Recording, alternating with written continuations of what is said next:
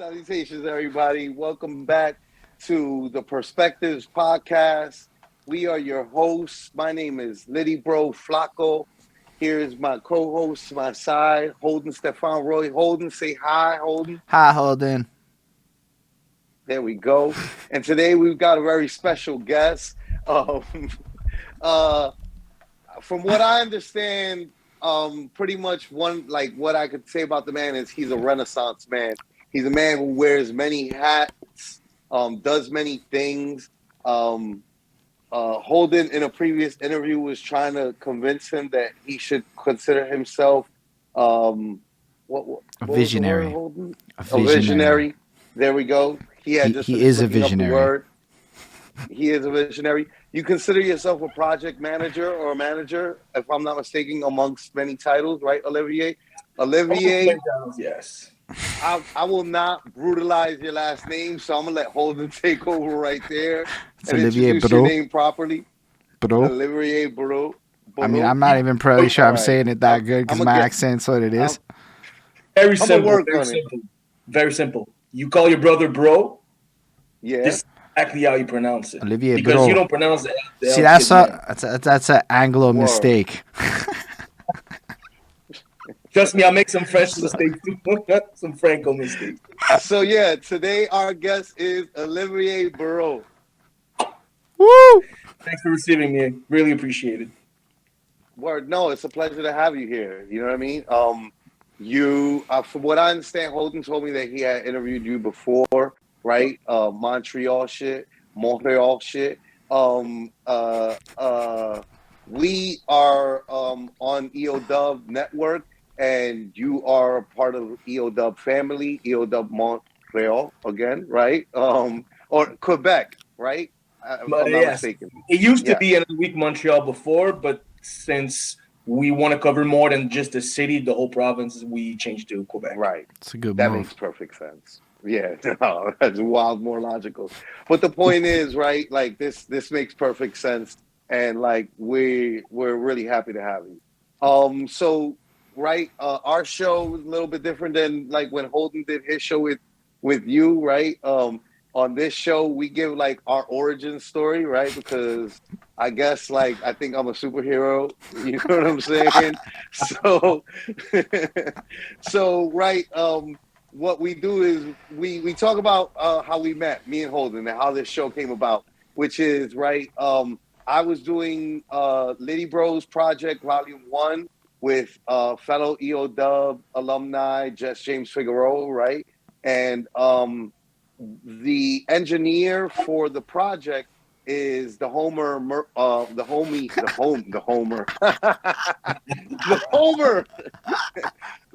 Merker Miyagi, right? And he's from up there.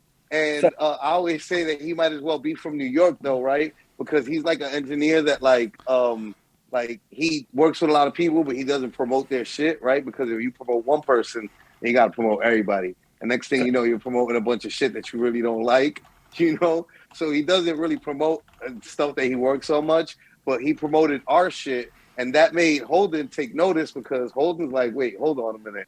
Like, Merker never promotes the shit that, you know, he's like working on. He hardly ever promotes much of anything, right? So it makes him take notice. He checks out the video. He leaves he does a review on the album. And when he does a review on the album, I'm like, this is fantastic. I was like, you know, in the comments, I'm like, yo, we should do like an interview. And he was like, I was thinking about asking you to interview. And I was like, man, this is fantastic. So we do an interview. And after the interview, Olivier, I felt like I went to fucking therapy, I tell you. You know what I mean? And I was like, yo, this guy is good. This guy is good at what he does. Let me bring some friends of mine to the table and let's do something together. And we're on this is like 49. a 2-year journey now. Episode We're 49. episode 49 right now. You know, what you're bringing to the table is absolutely great, though. You're bringing something different. You're going through a lot of phases through the artist's life or the person's life. So no, that's really great. Yeah, and I think that it's dope that we're both from like totally different places and we didn't know each other, right? Like we just are two guys who are doing their own thing, right, in two different cities in the world, and like met online, and we're like, yo, we should do something together. And here we are 2 years later. Like, you know, so, right. So beautiful. So that's the origin story, right? So Holden likes to open up with his like usual questions, right? But I always cut him off, and I like to set it off with, why don't you tell people, typical New Yorker, why don't you tell people your name, what you're known as, your aliases, right? Tell them where you're from, and then tell them where your parents are from. Wow. So I don't want to sound boring, but no aliases. Olivier Brault is literally like just the name that I go by. He doesn't need an alias. A lot of people call me Bro because, as I said, like, there you go. I really don't need it at all. Wow, man, I've been having so many hats since, like you said, I'm 36. I started a business plan when I was 17, and I never stopped since then. So doing journalism, doing managing sponsorship events, having a role in End of the Week, and now we incorporated End of the Week Quebec, so we're having a lot of branches over there. So, I mean, I've just been doing a lot of things behind closed door, if I could say it like that. And this is actually how I met Holden. But yeah, so where are you from then, and where are your parents from? I'm from Montreal, born and raised. I lived on the South Shore for a while, but I was born in the west side of Montreal, Saint Genevieve. And then I grew in RDP for a while, then moved to the South Shore. But I was always like close to Montreal. Like I'm a city guy, literally. And my mom still. I say my mom because I haven't seen my father since I was 3. So for me, my parents is only her. So for her, she was born, raised in Montreal. She lived on South Shore as well. So we never really left that city. This is most likely why I'm not really like c'est quoi la campagne en français, en anglais, Holden? What's campagne country? in English? You know, country, right? Like I've never really been like a country kind of guy. That's why New York, like, really, like, it answers a lot of my needs. So this is why I'm often in your city, actually. Yeah. Word. Nah, I mean, I can empathize as a city boy myself. But you finish it up. Where are your parents from? They're from the same place. Same place. Mom's from the same place. Like, she grew in the South Shore, St. Hubert's, and then, but me and her, we mostly lived our lives. Like, St. Hubert is like if you picture Montreal and you hop across the river, it's there. It's like basically Montreal. Sure. Like, we would call them a Montreal like rapper for the sake of simplicity. Queens and the Bronx to Manhattan. Yeah, like, it's just a little bridge away. Kind of. Yeah, and like for example, the South Shore, I see whenever I go to New York and then I go to Jersey, I see Jersey kind of like the South Shore. Okay, that's a better way. That's a better reputational way to spin it, though. He's more facts with that. Word. I mean, Jersey City's not. Let me tell you something. I constantly tell people, like, as a New Yorker, I'm like, we can trade Staten Island to New Jersey, and we'll take Jersey City. Wow. Because What's they're wrong close. with Staten Island? Staten Island. I mean, you know, it's Staten Island. Like, Wu-Tang is the only saving grace. You know what I mean? Like, and at this point, I don't think that's like enough of a saving grace. Like, that's in the past, and it's kind of like, what has Staten Island done for the city lately? And, you know, Jersey City is connected by the PATH train. So, like, it's always, to New Yorkers, it's always like, can I get to you by train? Like, nobody wants to get on the ferry, you know? So, like, it's like, yo, we're willing to trade away Staten Island if we gain Jersey City to Jersey. That's amazing. I've actually been a lot more to Jersey City. I've never been to Staten Island. Never.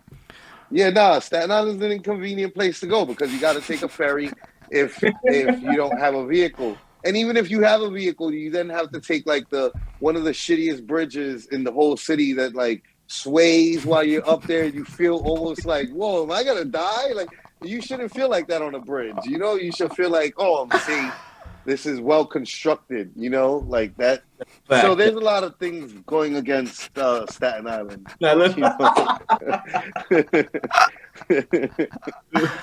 Facts. So Holden. Yeah. So now we're going to do the proper open it up question thing. I'm pretty sure I asked you this the last time, but we're going to do it again still for this side of the world. It's a little bit of a story. It starts with my girlfriend, and she's washing the dishes one time. and she got her phone out playing that Black Eyed Peas song. I got a feeling, ooh. She vibing, she dancing, she doing her thing.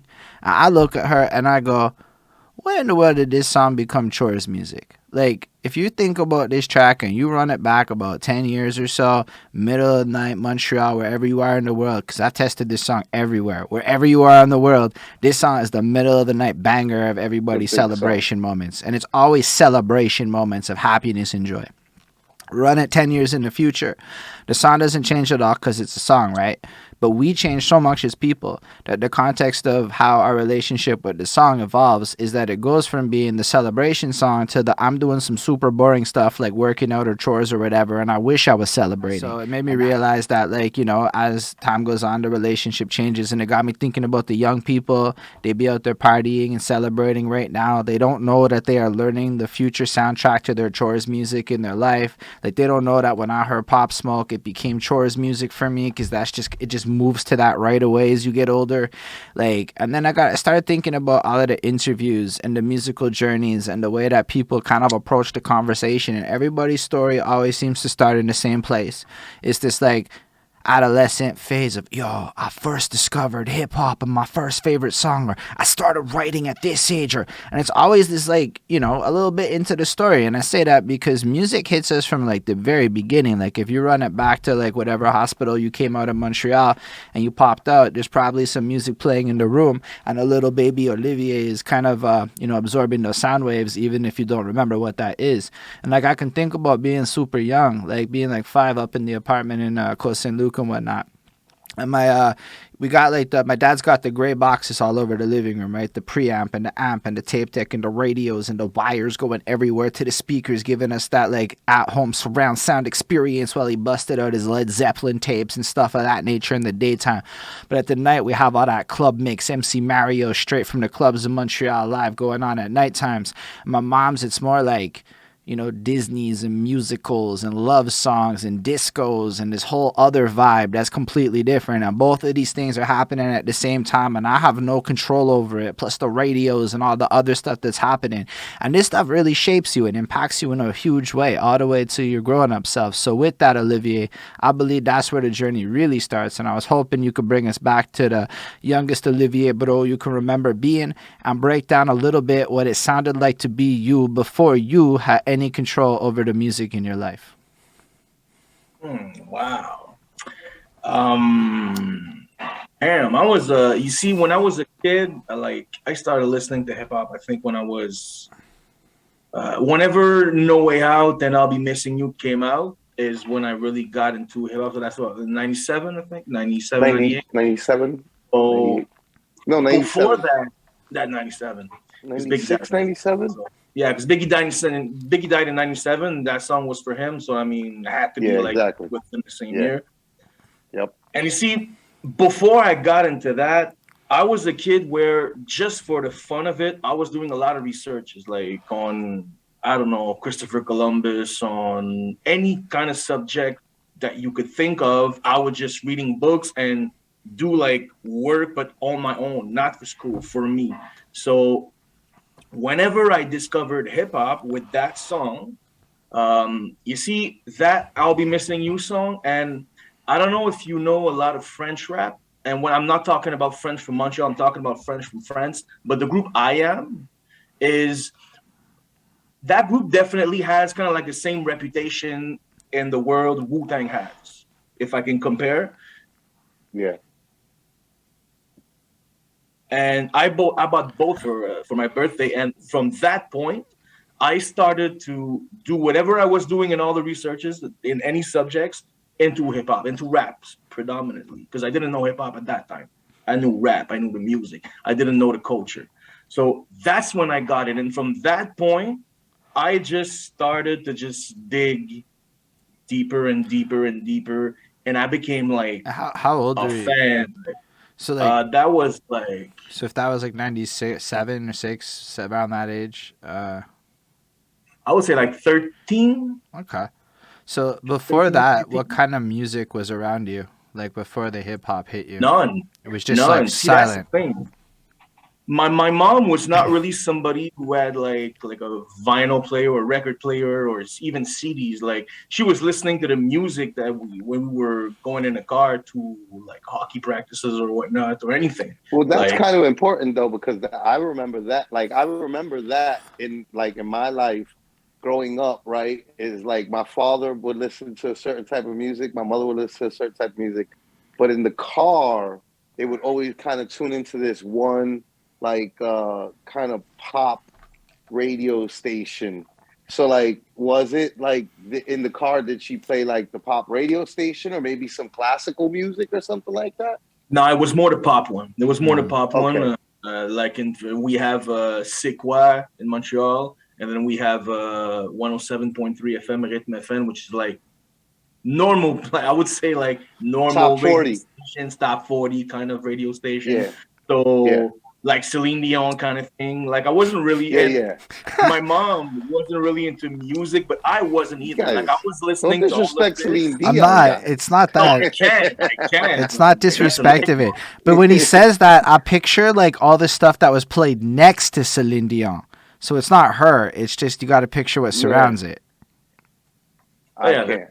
But a lot of different French and English artists were going down. But that's the musical background that I had, was like I didn't really have one.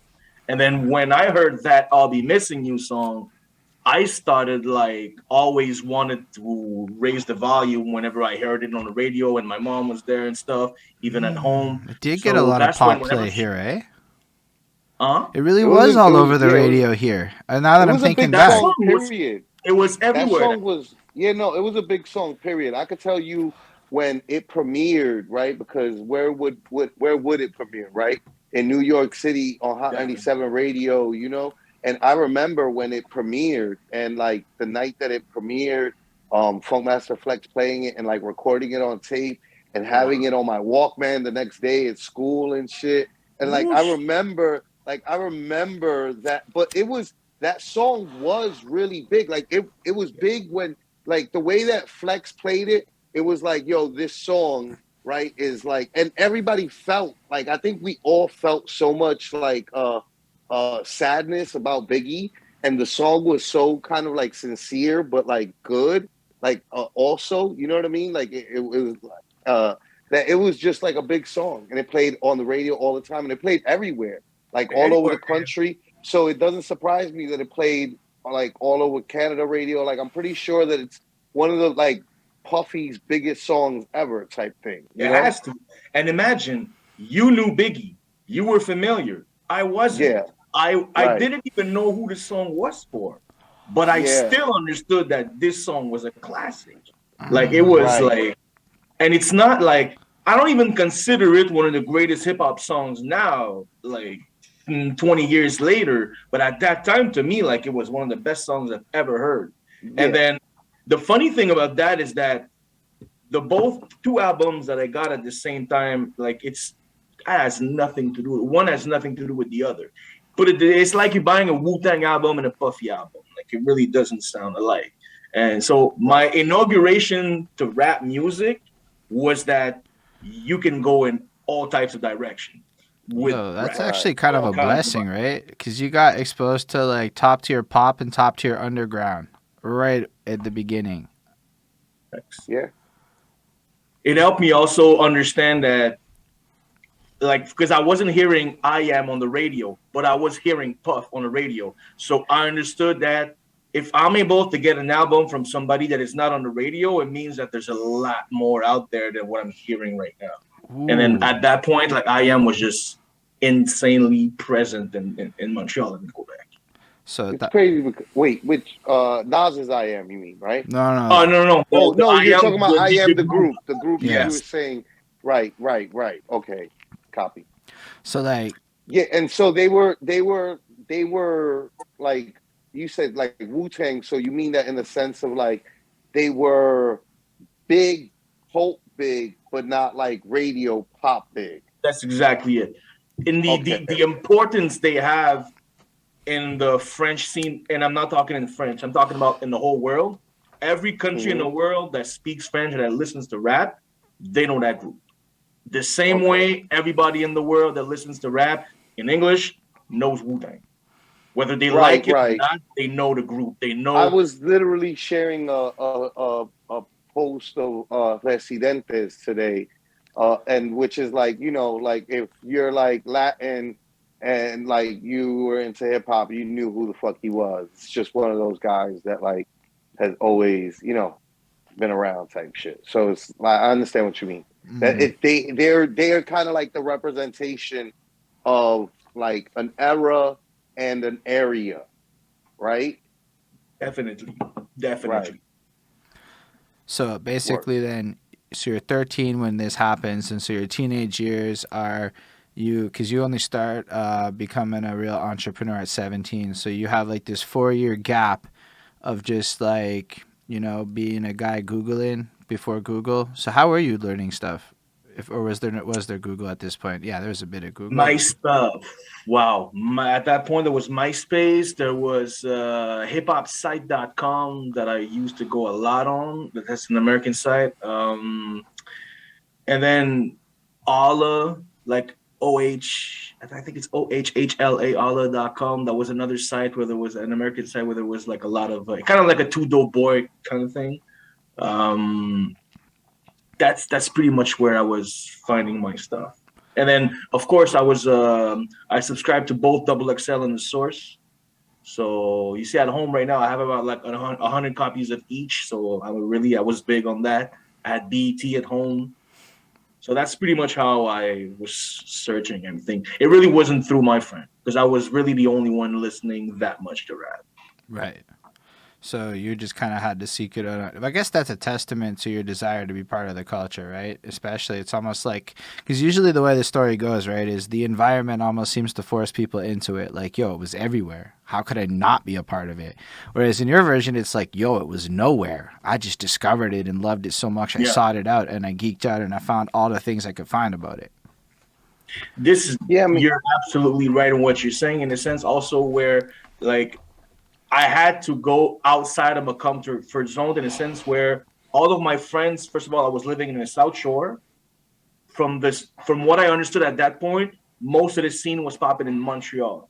So that's like, again, I was in Jersey and then it was popping in New York. So I had to take the bus and take the train. But my friends were all in the South Shore. So I never brought them with me. So I had to literally create a new circle of friends, not by forgetting where I come from, but just because I couldn't bring, to some extent, most of my friends to any of the events that I was going to, because it wasn't like big shows. It was like really underground shows on a local scene, trying to get everybody. And I couldn't bring people and then leave the person there to find other people to network with. So I was always going along to all those places. So, and I'm not somebody who was really like all over the place. Like, I'm a little shy when depending on the situation. So it forced me a lot to, like I said, to get out of my comfort zone and just like do it. That's what it is that the culture does. You know what I mean? Like that's what hip hop like does. It usually, like when people fall in love with it, it's like, oh my God, I fall in love with this. Now I gotta like seek it out as much as I can, and I'm willing to get out of my comfort zone on behalf of this thing that I really love a lot. Does that mean that you were a teenager bopping on over to shows in Montreal at the very early parts of like where the scene's starting to get more serious? Well, it depends on what's your definition of when the scene started. So keep in mind, I don't know a lot about the French side.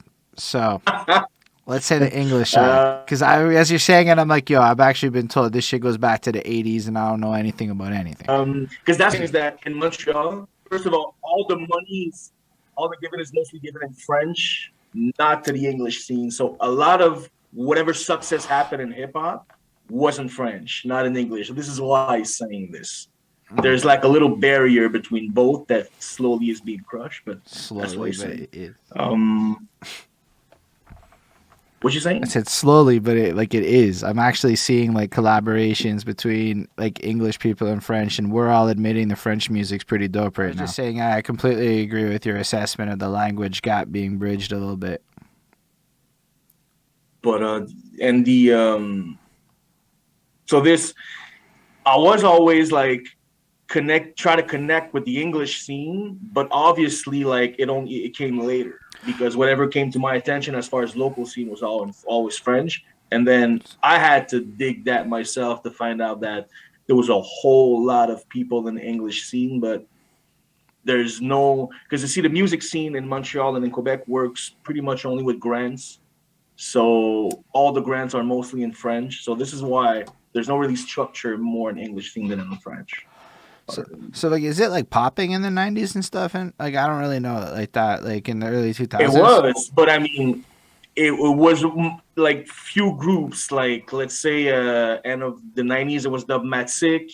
Then beginning to, there was Sans Pression, there was Mazayan. There was like 3 or 4 groups that were really popping. And the thing is that they were popping, but they also had major label deals, which is it was kind of like a first. But other than that, the scene itself wasn't really big. Right. It's only in the last, like, I would say 10 years that really, if I talk about the scene itself as a whole, that in both languages, they just like started improving. Right. That makes sense. So you're going to shows and whatnot. And then you said at 17, you became like a more of an entrepreneur. And like, what kind of creates the migration into that? See, at that point, I wanted to be a lawyer, and I was in CJEP. And the thing is that I was becoming a CD addict at that time. That I started to buy a lot of records when I just started to get in CJEP, and I was always having a problem going, let's say, to an HMV, and then whatever record I wanted to find at that point was too underground to be there, so I couldn't find it. And then I was going to more underground spots, but then if ever I wanted to buy, I don't know, a Busta Rhymes album or Little Wayne, like it wasn't there. So I was thinking at that point when I just turned 18, I was like, why don't I create something that would like bring everything together? Because people are always saying like, hip hop is this, hip hop is that, but hip hop is not one thing. It's so many things. So I wanted to create like one place. But at that point, it was mostly about the music, just the rap, the CDs and the vinyls. So I wanted to have something that had all together, everything. And then from that point, I started to do a market analysis and interviewing local artists. And then my point of view of the project with those experiences grew into a bigger thing. Because I was also like, I've always been a student of hip hop and rap from the moment that I got that Puff Daddy album. So I was always trying to get more knowledgeable in that, but also trying to have a business in that, because those were my 2 passions. And this is how I got into that. And this is also why I did all the things that I did. I don't want to be a journalist. I don't want to be a project manager. I'm none of that. I'm an entrepreneur who likes to be around hip hop. And instead of having like jobs here and there, I want to stay in that culture. I froze, I think, eh? You did, and then it did the catch-up thing, but I understood it, so I think I'm just used to it. So like my brain can just and unpacks it, and I'm like, nah, I hear you. But no, I appreciate what you're saying. Still, it's like, I think it's interesting too that you want to work beyond the labels and confines of the particular roles, and then just be like, it's almost like you want to do what needs to be done when it needs to be done, rather than worrying about what it is. I've never really been worried about what it is. You have to worry, like you have to take in consideration what is around you. But I mean, even if Quebec is a small place, like I've never been in a situation where I didn't think that we could succeed here as a hip hop scene because I'm in Quebec. Even if people are, because that's the thing in here, Flacko, is that a lot of people in the hip hop culture in here, they consider this a plan B, like a side job. So this is one of the reasons why we don't really have a scene or a culture, because where you're from, people are always on their grind. And if they want to achieve something, they understand that they have to accomplish something. They have to work for it, not where I'm from. That's what triggered our whole thing last time, was you saying that. And now I'm just saying, nah, he's right.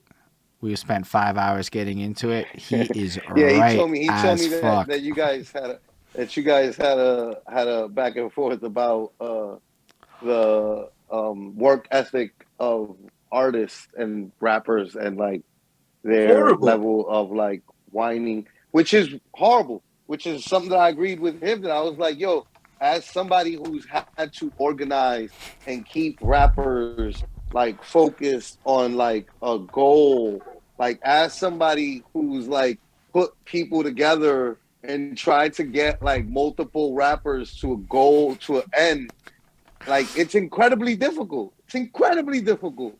Like people just don't have Reason that like for a work weird ethic. reason. They don't have that. They don't have that.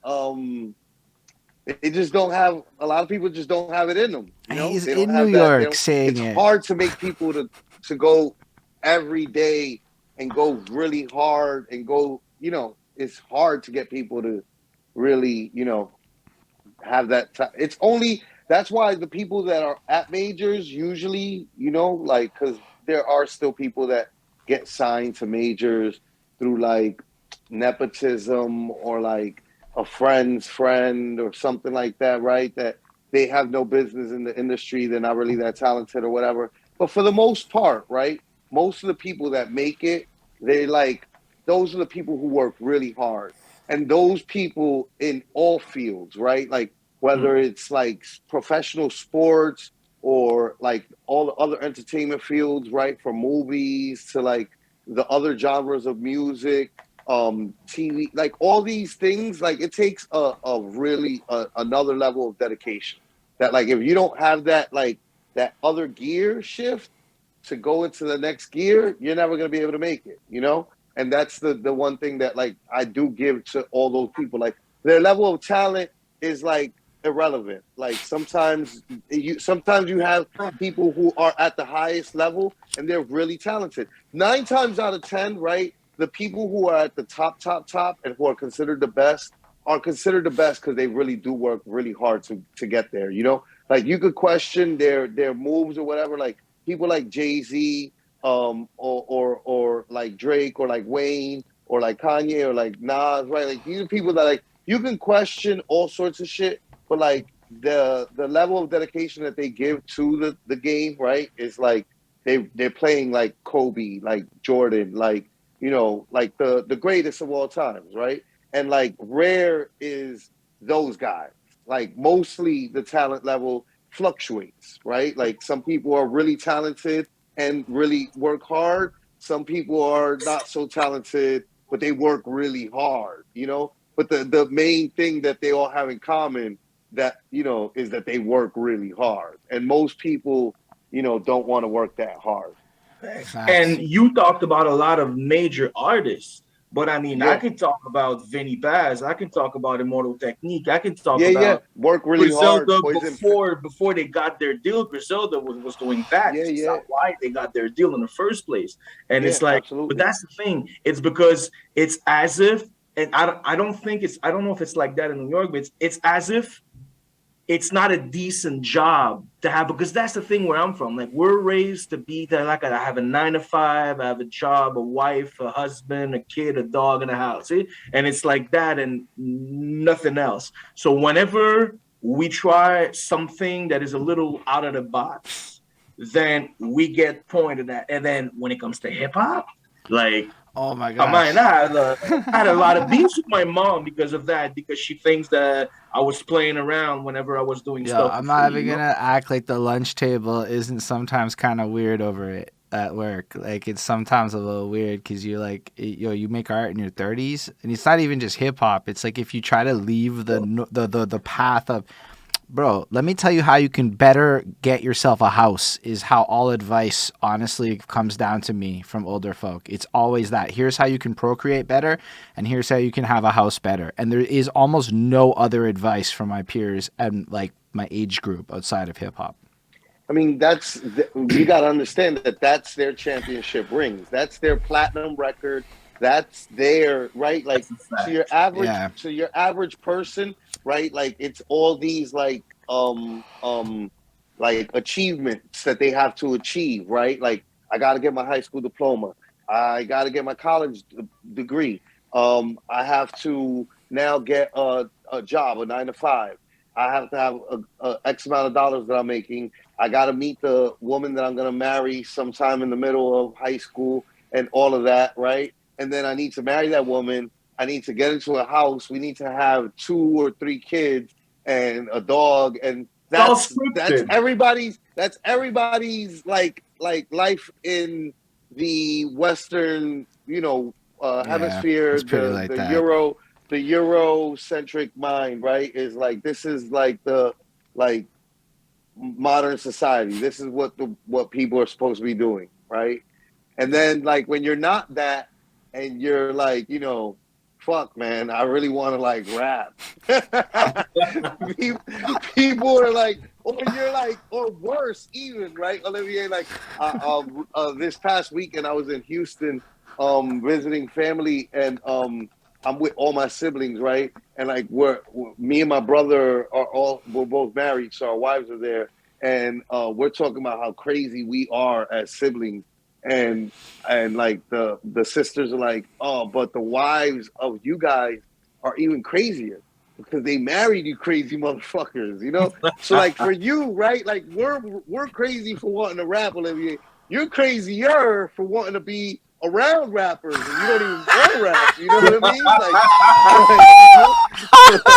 Like right? Like this one mad table, but like nobody understands, right? Like it sparks something inside of us that we find more fulfillment in, or as much fulfillment in, as they find in their homes and their children and their Subaru. Yeah. You know what I mean? And I'm not hating it. I'm just saying I understand Yeah, what no, you're I'm saying. not hating it either.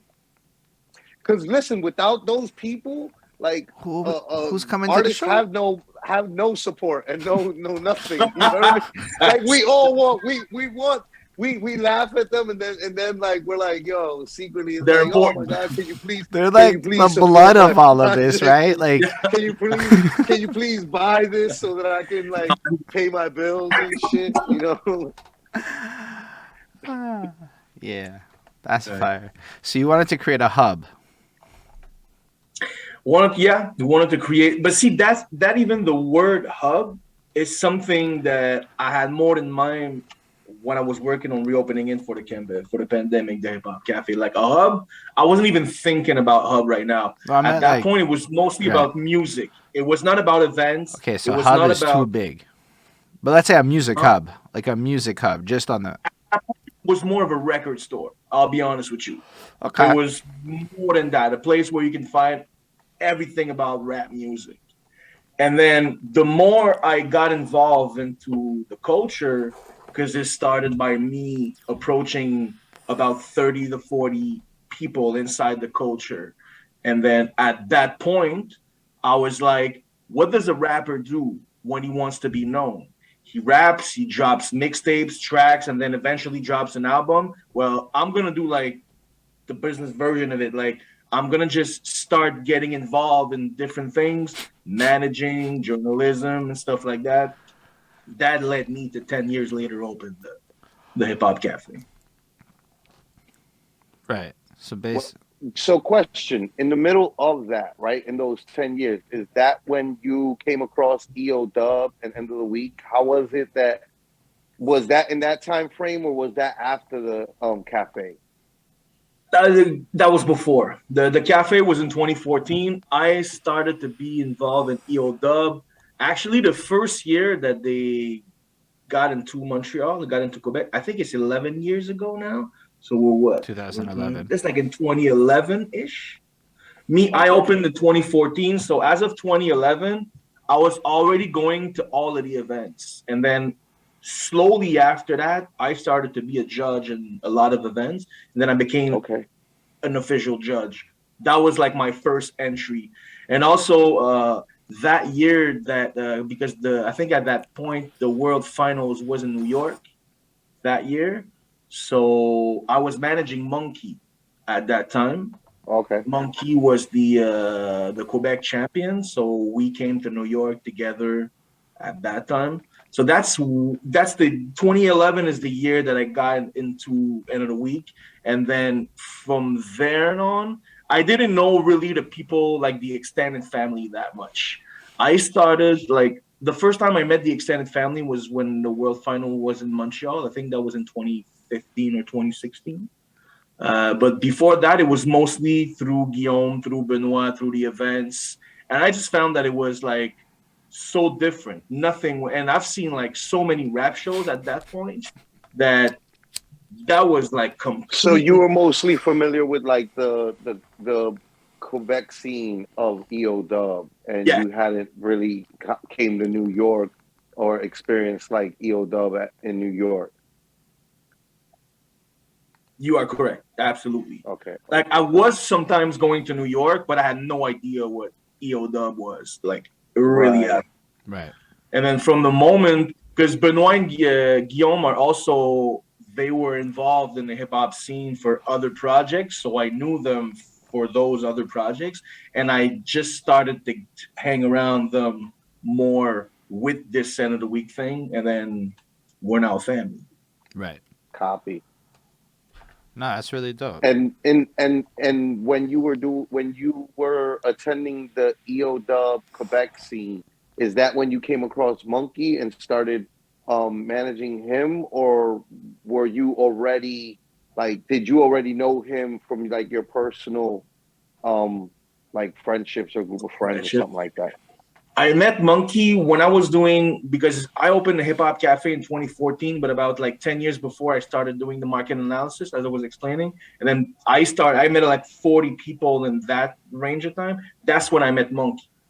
And at that point, I don't know if you know that, Holden, but he was with Logix, and they were kind of like a lot of people were saying at that time that Monk.E was in a sect. Because he was in a what? He's a big topic. That's not a word. That's not a word in English. No. It's more like like I believe what you're trying to say is a cult. Yes. Yeah, like a sect. No, a sect. Is a sect a cult? I'm saying. I was trying to confirm. Oh, okay, yeah. Is that a thing? As in SECT. Yeah. Like a sect. Yeah. I didn't even realize that it's in that context. Okay, fair. Exists. Okay, that's cool. Yeah, that's cool. Okay. Word. Yeah, no, I know exactly what a sect is. So like, wait, that has come up. Yeah, a lot of people were thinking that, because the thing is that like he was living, like at that point, like they were not recognizing the laws of Canada. That group in the building that they had in Montreal. Like it was really something very interesting when it comes to Monk.E. If ever you have the chance to speak to him, you should definitely get deeper into that. But I don't know if that's when I started. We talked to Monk.E, and let's say it didn't feel like that was going to be the focal point of that conversation, and I don't know how much of that is. Yeah, I know enough about the place to know that we're never going to get the truth of that place on camera, unless that'll be some oral history shit that gets written. That's not going to be an on-camera thing. No. But to answer your question, no, I've known Monk.E for a couple of years before End of the Week, and it's just that Monk.E he was always into freestyling before that ever happened. Like he was part of Community, and Community is a live band that every Tuesday what they were doing is that they were improvising, but the band and MCs every time. So he was familiar with that. So I got in End of the Week, and then I knew the MCs in there too. So I knew the quality of the MCs. So I understood that End of the Week was something real. Definitely. Word. Copy. Right. All right. So 10 years in pickup, you can, right? Like that's where you left off. Is you were 10 years into getting yourself enthralled in the scene. Yeah. So basically, you did. When you did the journalism stuff, right back then, did you like publish anything? Like, what is your journalism that you did actually? Because I'm super curious about that. I was working. Do you remember Camus? Does that ring a bell to you? Okay, so it was a little free magazine that's been given in different. Okay, actually, Yes, I do It was remember. like it was big like that. Like it was a small thing, but like I was taking care of the hip hop portion. I did interviews with Tech9, Immortal Technique, Marco Polo. I did DJ Format out in England. Uh, I did a lot of people in here, obviously in Montreal. That allowed me to not only get a few dollars for being around hip hop, but also every like little thing that I did in the past was like me playing chess. So I'm putting one of the players there because I want to be in all those circles. Because whenever after that I want something, I know all those people because I've did stuff with them. So this is one of the reasons why I got into that. Right. And so from that point, then you go through, you discover end of the week, and you're going to all the events there. You're networking, you're doing your thing. Are you at that point involved in any other projects, like as you're building up to the Hip Hop Cafe? But like, what else are you kind of up to during that phase? Is that when you're managing Monk.E actively, or? At that point, yes. Altogether I did like 3 years of managing for Monk.E. I was also doing the Word Up battles. So our battle league in Quebec, the French one, is Word Up Battles. It's actually the first French battle league in the world before the French one. So I was taking care of all the sponsorship at that point. So because we were filling the Club Soda is about like a 1,500 people place. So we were filling it every time. Nice. And so I was taking care of that. And then I was doing volunteering at Under Pressure, which is the graffiti festival that we have. It's been going on for 26 years. I was managing also DJ Manifest, which is one of the best DJs that we have in here. He's Curias's DJs as well. So I mean, I was doing all of that, and I had a blog also called the Hip Hop Cafe. So a lot of years before I even opened, I had a blog called the name of the business that I wanted to have. So that's why whenever the brand came out, like everybody knew about it. Right. And I was doing like video clips of 16 bars capsules where I was doing a little interview and then the MC was spitting the 16 bars. So I was doing this like 12 years ago, 10 years ago. Nice. Yeah, that's like, and that's a wild thing. Do you have all that footage and stuff? Like, does that still exist? It's on YouTube. I could send it to you. Yeah, yo, it's that's still on a YouTube. Treasure. So basically, then you open up the cafe and you have the experience there. And tell us a bit about what it's like to be the guy behind the Hip Hop Cafe. Well, man, first of all, like, you need to understand, like, I've been working on this project for 10 years at that point. So for this to even just open the doors, like, that is a win for me. Just for that, because that was my goal. And that was my goal for like 10 years before that. So I've always been like a workaholic that was sacrificing a lot of his youth to actually get to where he wants. So that to me was like bananas. And then also the amount of people that it got me to know, like you, for example, because I didn't know you before that. It's true. It's insane. So I met, because the thing is that in Montreal, like there's so many diverse little cliques and different kind of all types of hip hop you can imagine, like that allowed me being behind that counter to discover a portion that I didn't know, because I was familiar with whatever typical Quebec rap was, but I mean, whatever is always promoted is always the same artist. It's always is a very white promotion, if I could say it like that. So artists for the communities are not necessarily represented. So I was like, okay, finally I'm able to see like there's youth classes, and then Concordia has a hip hop association, and then like it allowed me to just network. So for me, that was a blessing. Even though I was open for 8 months, I mean, 80% of the startups are not succeeding. So I'm not really like sad that it happened, because it gave me a life experience that I'm always going to be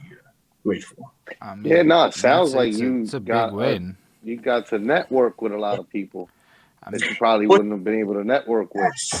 And it really puts me in a situation now that whatever projects that I have going on right now, I'm able to approach different kind of people, and the answer is not going to be the same that it was 10 years ago, because I accomplished and I'm always working towards my goal, and I think that at some point people respect that.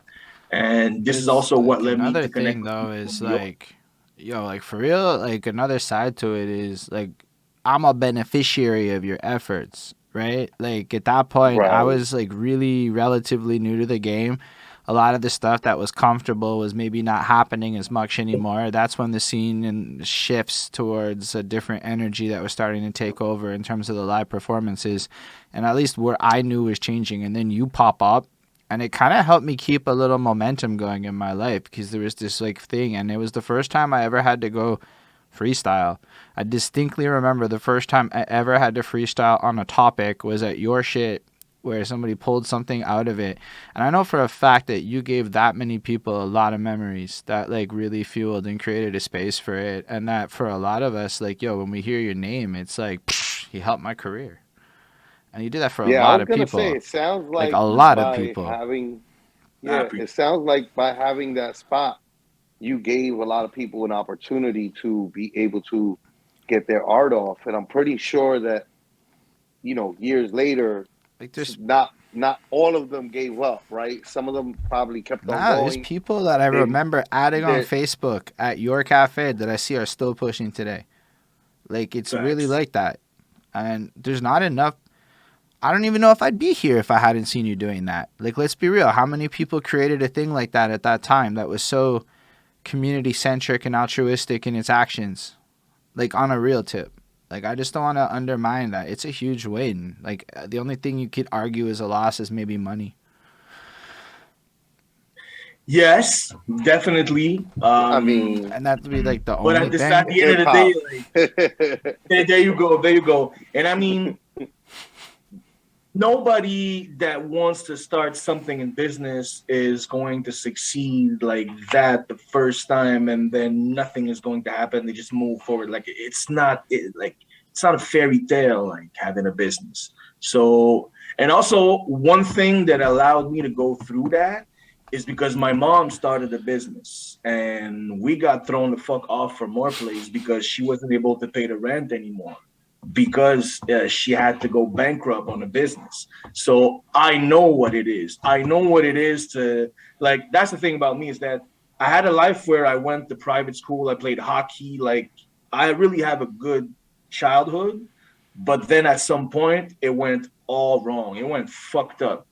And then we were thrown, as I said, we were thrown out. So my mom went to live somewhere. I went to live somewhere. And that experience shaped me a lot. In, like, it's always about attitudes. How do you react to things? So that experience made me understand that I could cry, I could do this, I could do that, I could take my life. Like, I could do a lot of things, but at the end of the day, like, I chose to just, you know what? I'm going to reimburse my debt. I'm going to reopen it again, and I'm going to learn from that. And this is exactly what's happening. It's like a fucking success story. Like, you're just like, that's like somebody's got to write a book. That's real life success. Like, that's real life success, because people don't understand that, like, there's not much that comes with victory that you can learn from, right? Like, there's so much that can be learned in defeat, you know, and you learn how to become better and how to, like, be able to actually succeed. You know, with victory, there's like just you're victorious. You feel good. That's it. Like, you know, after that, it becomes like, you know, well, now you got to win again, you know, and it might turn into that pressure, right? But for most people, they just walk away with like a victory, you know, because they're just happy with it, you know. But with like the defeat is where you really grow as a human being, you know. That's when you really see what you're made of. And it sounds like, you know, in that situation, you really, even that, I wouldn't even consider it a defeat, right? Because again, like, I don't really see it. All these people, if all these people that you got to network with continue, right? You now have a network right, that it now increases your network. Because we all know that as you get older, your network of people really is what you depend on for your network, right? Like this is how you Definitely. get jobs. This is how so like these people are now increasing your, so these are all just positive.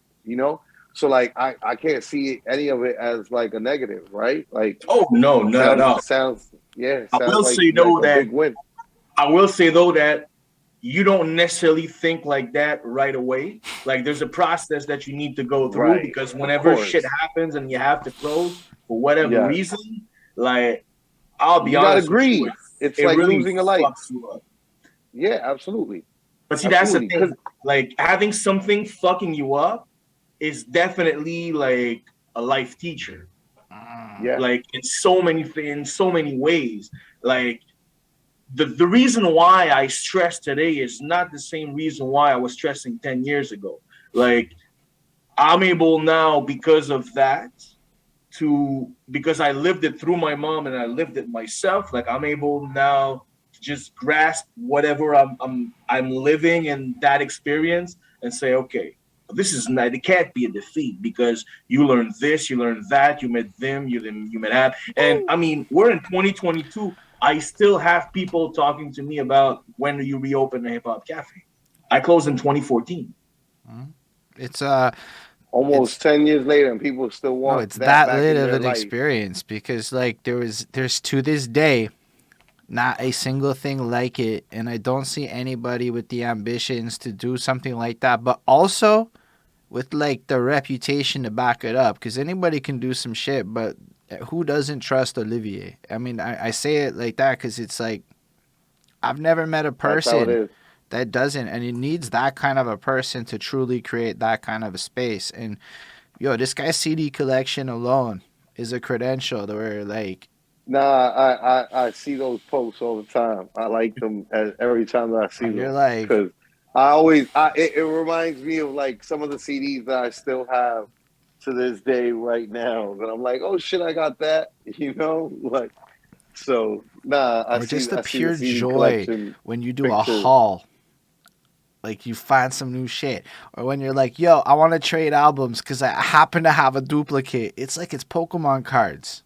I've not seen anybody with the Kind level of of. It passion that is. you bring to this. So it's like you doing it is different.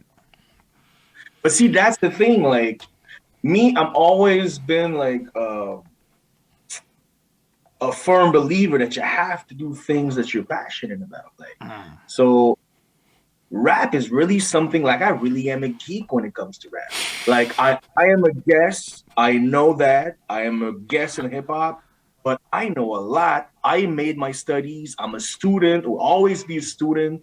And I think that this is so important because we live in a generation where so many people want to exploit that culture and exploit whatever is beneficial from it that I find it important that I stay true to who I am, to the culture that I represent, and I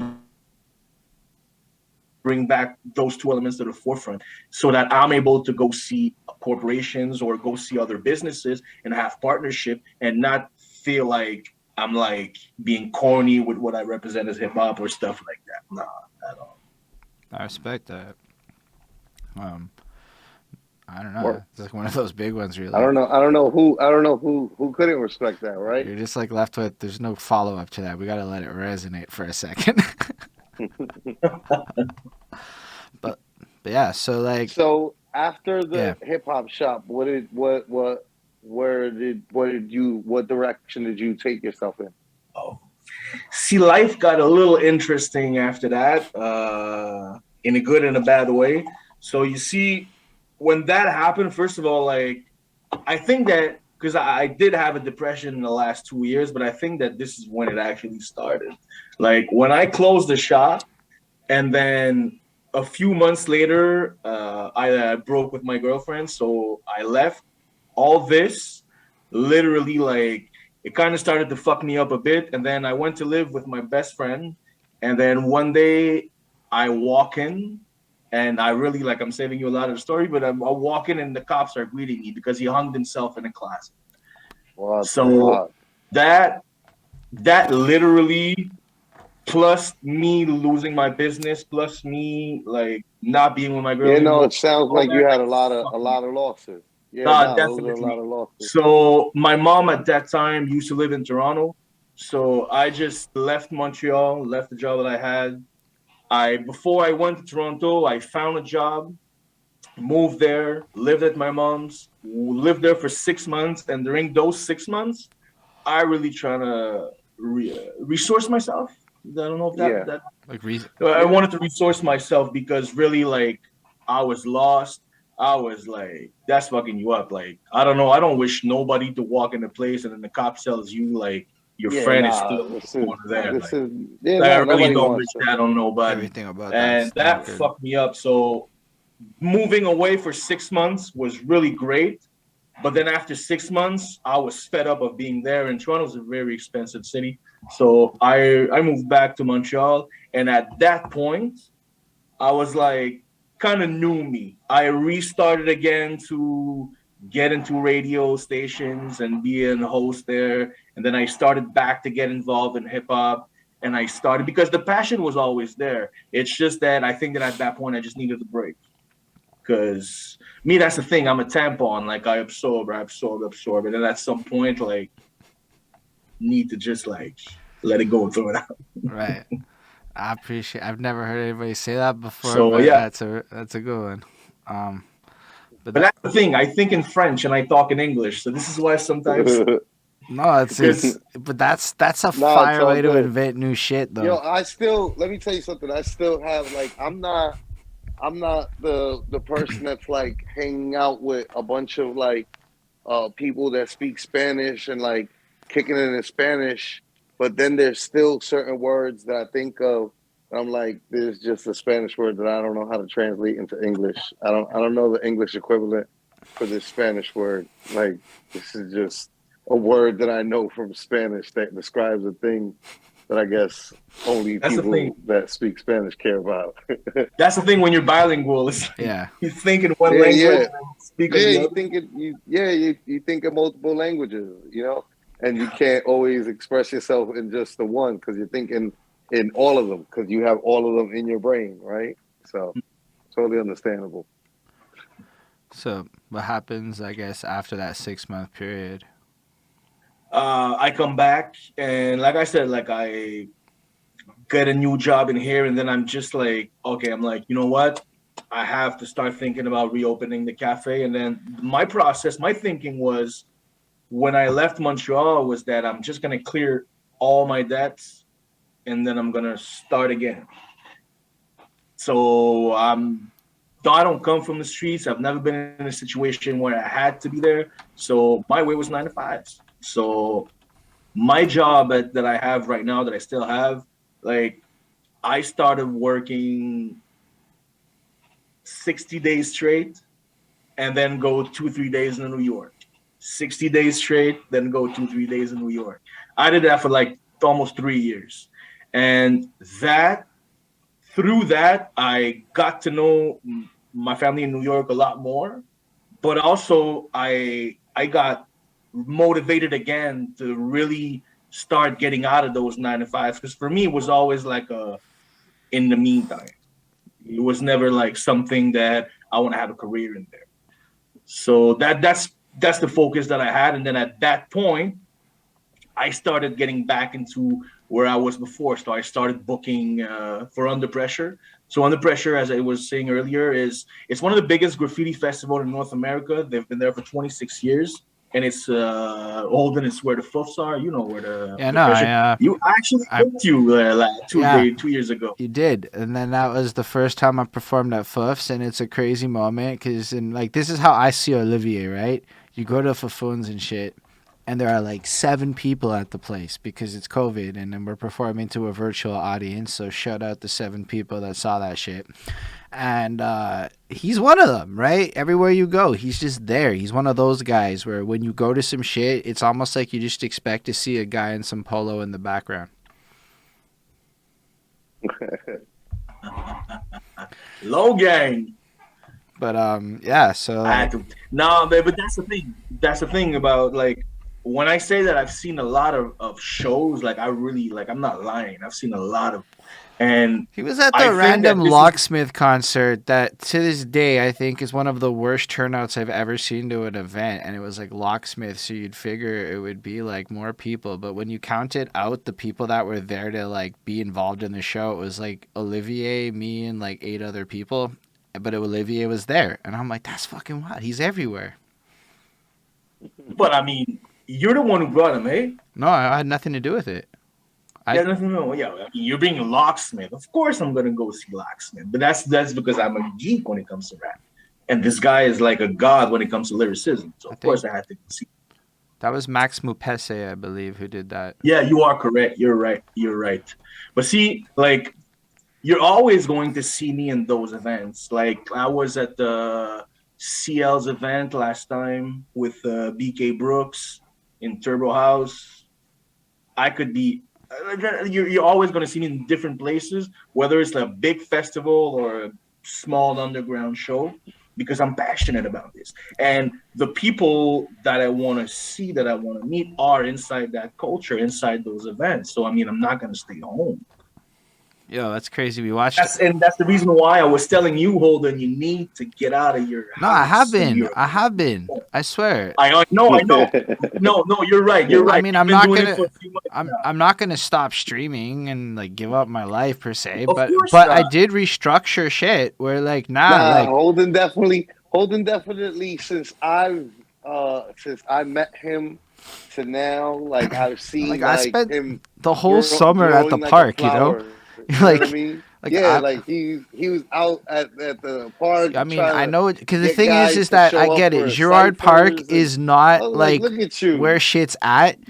I understand that, but like somebody got to make it the spot, and I'ma be the guy, and it's just gonna be. But I'm not saying gonna be the guy.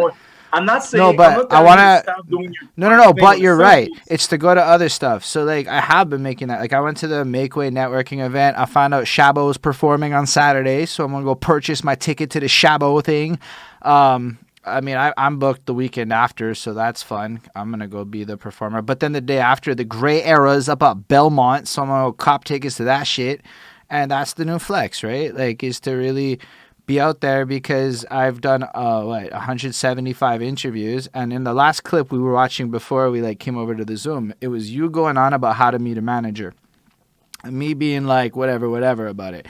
But at the end of the day, after talking to everybody from anybody of any tier, it's literally, if you're not there, nobody can see you. And you know what? I decided I just like the internet's not real in relationship land. It's a real thing, but the relationships aren't real. I had to go meet Flacko in New York, or else it wouldn't have felt as real. You know, like it's. Of course. And I hope you're coming back soon there. I mean, we gonna figure out ways. Soon is a relative term, but it is in conversations. I also love, like, soon as I can get up to Montreal without like having to take a shot. You know what I mean? Like I'm down to like go back up there. I had literally just came from Montreal in 2000 and right before so 2019 was that COVID hit? Yeah, 2019. 2020. Yeah, because well, he was here 2019. It was the year like 2019. Yeah. Okay. I was there in 2019, November of 2019. Yeah. Like the first couple of days of I spent my honeymoon in Montreal. Are you serious? Okay. Absolutely. Beautiful city. Beautiful city. I'm going back for some fucking oysters and foie gras as soon as I can. Like, you know what I mean? But and I'm coming to see you on April 1st. Okay, word. Hit me up and let me know. You know what I'm saying? Go catch lunch. Absolutely. I'll take you to have some cuchi fritos uptown, you know? But yeah, you're right. You know what I mean? And I think Holden realizes that as well, right? Like I didn't really put much pressure on him at all to come to New York. This was like him on like his. Actually, he made a Facebook post. He made one Facebook post, and I caught that Facebook post, and I'm a firm believer that this man absolutely means what the fuck he says on Facebook, however preposterous I might feel about a certain thing. But this thing was, if you can't go on vacation with somebody at least once a year, A, you're not a real adult, and B, you're probably not real friends. And I took that to heart. I said, yeah, I do make too much money in my life that if I can't pull this off, there's something wrong with me. And I decided that, and I had to didn't even mean that. Oh, see you, but word, I feel no, you. but I was in my head. I was like, man, I'm so tired of my two friends that can't ever go on vacation with me, motherfuckers. Get a fucking job and stay there long enough so you can vacation with me. We're adults, damn it. The thing is as much as you may not have meant it, everything you said in that post is fucking facts. Like, it wasn't wrong. I'm 34. It's kind of weird I'd never been to New York City, in my opinion, given that I'm in the hip-hop world and shit. No, it's not. No, I mean, to me, it's like... It's just that now, it's not a... I mean, you have... the geography of it all, right? Like, New York is not like going to LA where you really got to have time. You can go to New York City for the weekend, and I have watched people at work, regardless, go to New York City for the weekend at work the entire time I've been employed, wherever I've been employed. It's a hot spot for the weekend, and I never did it. Man, I've never been to some of the, like, most of whatever province of Quebec we have.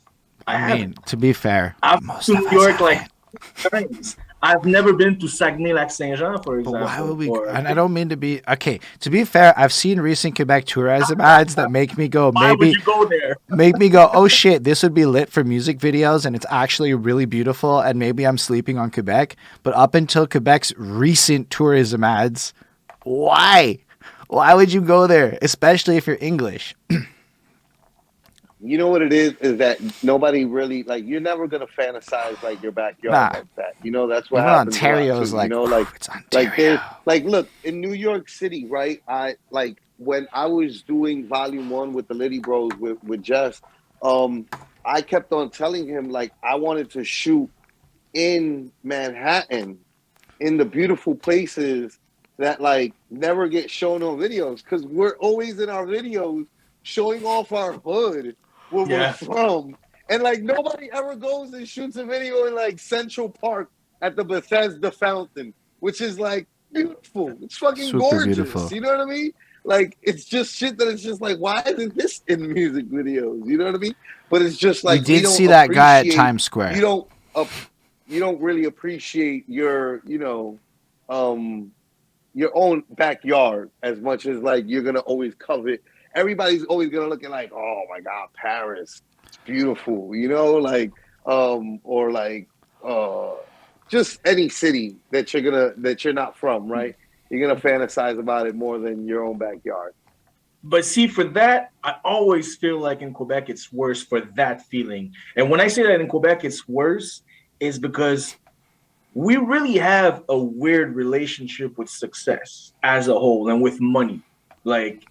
As opposed to, let's say, in America where, like, it's the American dream, get as much money as you can and then build your dream. Like, we don't have that same relationship. So a lot of times people have to be, like, big elsewhere in order for us to accept them and accept their stardom and accept the fact that they're dope. Queak is producing everywhere in the world. He's nowhere in our city. Nowhere. Nobody talks about him. It's true. So, I mean... that guy won Grammys, just to give context. Nate Husser is the same thing. Nate Husser's crushing it. In fact, like, on your post, actually, Flacko is the only time somebody ever brought up Nate Husser to me really like that. And it was on your post. That's how little he really gets brought up. However, his name does get brought up by the clout-chasing types more often, which means it is getting moved into the conversation. Who's Nate Husser? Finally. Nate Husser is actually lit. Like, he's, like, one of my favorite artists in the city. He, like, produces this, like, really distinct sound within the realms of pop music where it doesn't feel like he's really biting anybody. He just appreciates shit and drops his own flair on it. I think... and it's just good shit. Like, he's one of the best in the city. And he was brought up on one of my posts. Yeah, somebody brought him up on one of your posts along the way.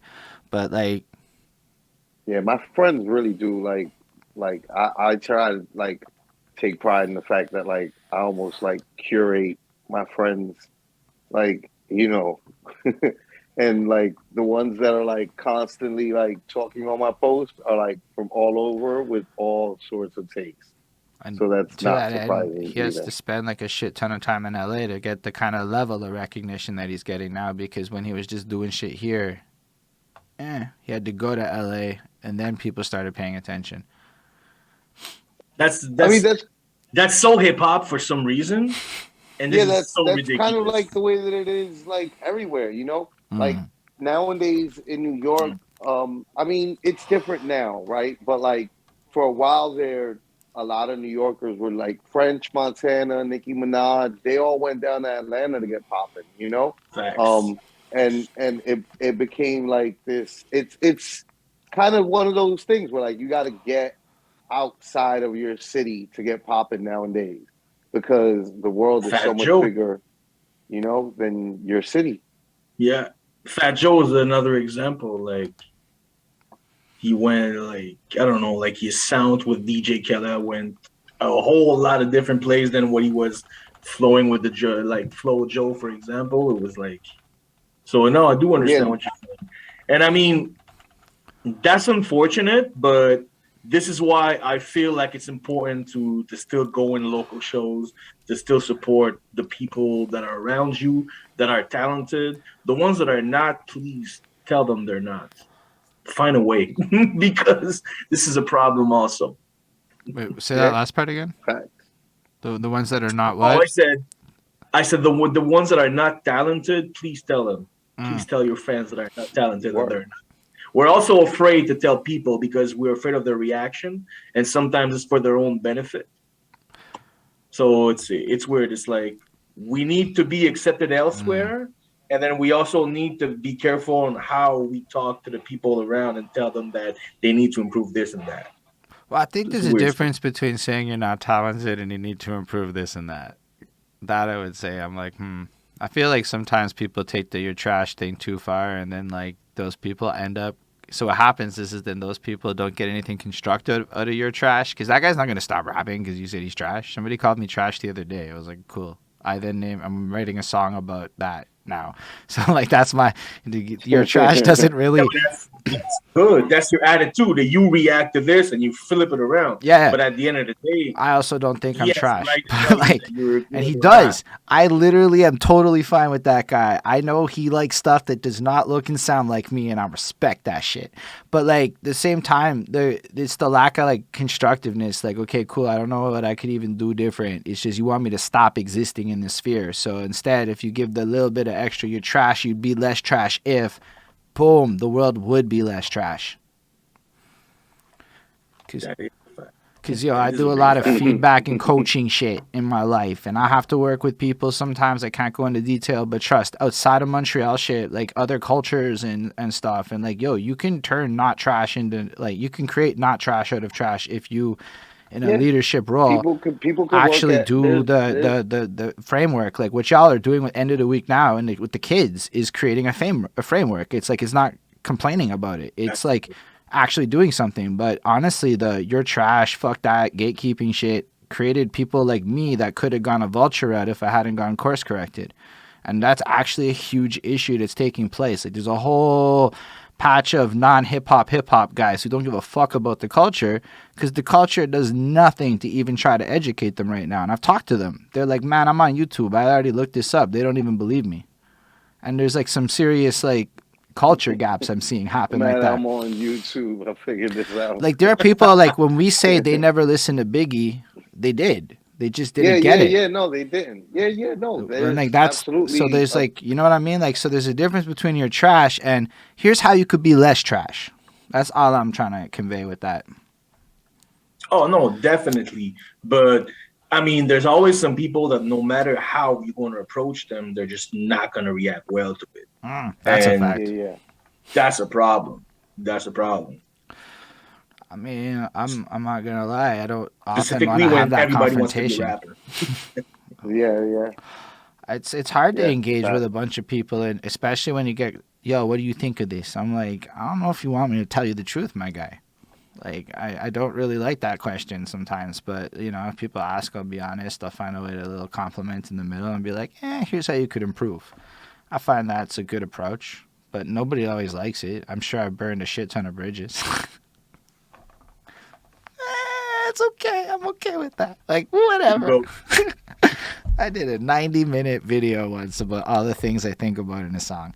And, like, nah, I mean, like, you know, but, like, I just believe, I just believe everybody can be good. Like, that's all. That's the only thing is I think you could be trash today, but you could be less trash, because I used to be super trash and now I'm not trash. But yes, I mean, listen. Go ahead, though. No, I was gonna say, you know what? Even in the comments, Lil Alice is saying someone's garbage is someone's treasure, which is like what I've always found, right? Like there's always like there's like all sorts of hip hop that I've always been like, that's just not my cup of tea. But that's somebody's cup of tea. You know, somebody's gonna be into, you know, whatever you can think of. I didn't understand why nerdcore existed at first, you know. Nerdcore is pretty awesome. It needs to exist, right? Like it's dope. Like everybody needs to have their voice, I guess. You know what I'm saying? Like that's important. And also, what you consider trash today, you yourself may not consider it trash in 2 years. Like for example, like Holden was saying, like I really am a collectioner when it comes to CDs and vinyls, when it comes to rap. And I was never a fan of 3 6 Mafia. Never in my life. But then in the last 6 months, I started buying 3 6 Mafia albums. Why? Good. Because as a collector, as a collector, my bad, this is where I'm at. I'm at a point where I have to start buying stuff that is not really what I'm attached to as a fan. I bought a lot of Sebos. I bought a Yuck Mouth. I bought a lot of like all the artists from the South and the West that I was not really feeling in the beginning. So yes, like you evolve as a fan, you evolve as a big artist, truth. So honestly, I used to not like jazz, and now it's growing on me. I never thought in my 30s that I'd be a person that can say it's growing on me. I'm not there yet, but I can go to a live jazz thing and it's a good time now. But and you know what? I'm pretty sure that hip hop has a lot to do with it. Facts. Absolutely. You go do album reviews of the 90s and you're going to listen to more jazz than you ever hoped for. Jazz, a lot of jazz. Like the whole J Dillas and Tribe. Mm-hmm. And exposure to music over time usually equates to liking it. There's like a real math behind that. But yeah, so I feel what you're saying, Heavy. How big is your collection? Do you have like a number, a catalog? I got about 1,000 CDs. I got about 300 vinyls, and I got about like 75 cassettes, audio cassettes. That's serious still. That's a lot. So that's like I really am like, this is my data. Whenever I go to New York, for example, like this is the first thing that I do. I have like my budget for CDs. I just go buy them and then I'm done. Then I can enjoy everything else. That's amazing. Where do you go? Academy Records, A1 Records. I used to go to there was a spot in Williamsburg, but it closed now. Rough Draft. That was in Brooklyn, Williamsburg. That's the main spot. But A1, it's not too far from Pro's brother, like in the LES. A1 is the dopest. Yeah. Really is. Facts. LES definitely has like the best CD picking that definitely like, you could probably find in the city. You're gonna be able to find Lower East Side. That's also the birthplace of the dub, and well, I don't know about birthplace, home of the dub. Home place, yeah. For sure. I think Jupiter is actually in the same area, so it might be birthplace. But yeah, LES just generally has a lot of good thrifty shopping to be had, and CDs is definitely one of them, and that goes back to like the 90s. They always you can always find like a spot that's like right around the corner that just has either records or like old CDs. Yeah. And it's not even like big places, but they're always packed. And that specific one, A1, like a lot of people in Montreal recommended me that I go there, a lot of DJs and stuff. And when I started to go there, before they had CDs, now they only carry vinyls and cassettes. They have like a lot of cassettes. But I mean, you can find albums, like you can find the Shaheem's album in cassette. You can find like, I don't know, stuff that I'm not used to finding in Montreal. That's one thing that I love. Right. There's like, I get to find stuff that I would never, ever find in Montreal. New York City, you can find anything that you want, essentially, for the most part. You just, like, depending on once you start talking about, like, crazy things, you can still get it. It's just how much are you willing to pay? Like, like, once you start talking about extravagant things, right? But, like, generally speaking, like, I always tell people, like, no matter what your hobby is, you could find a group of people in New York City who are into your hobby and like do the same exact thing as you do. Like there's people of all walks of life in the city, and you can find whatever it is that you're looking for in the city, for sure. I think this one of the thing that motivates me, and this is why, like, when I was telling you earlier that I was always like working 60 days straight, then going 3-4 days to New York, like this is one of the things. I was zoning out, and I was just like, anywhere you walk, there's something. There's a different type of population. There's like, it's like Montreal times 1,000. So whenever I go in there, like I just get inside the city, and I just feel everything. Like, I walk so much when I'm there. Like, it's just like Holden learned that shit. Like, wow, I'm getting all my steps in. Because like what happened is Flacko was like basically with us the whole day. He's like, Tuesday you're on your own, and Bonnie wanted to go to the bookstore, and I'm like, we didn't have like a plan, right? Like, what do you don't need a plan. Everything is exciting the first time you're somewhere. Fucking traffic was dope, okay? Like that's how good it was the first time. I'm sure I won't think traffic's always dope, I promise. But so we're at like the Airbnb. It's like where the 3rd Avenue bridge is into the Bronx, and we're like literally wrap around. That's where it is. So this bookstore is at 9th Avenue in Manhattan, or 9th Street or whatever, all the way on the other side. So we walked that way the whole way because we were like, what else are we gonna do?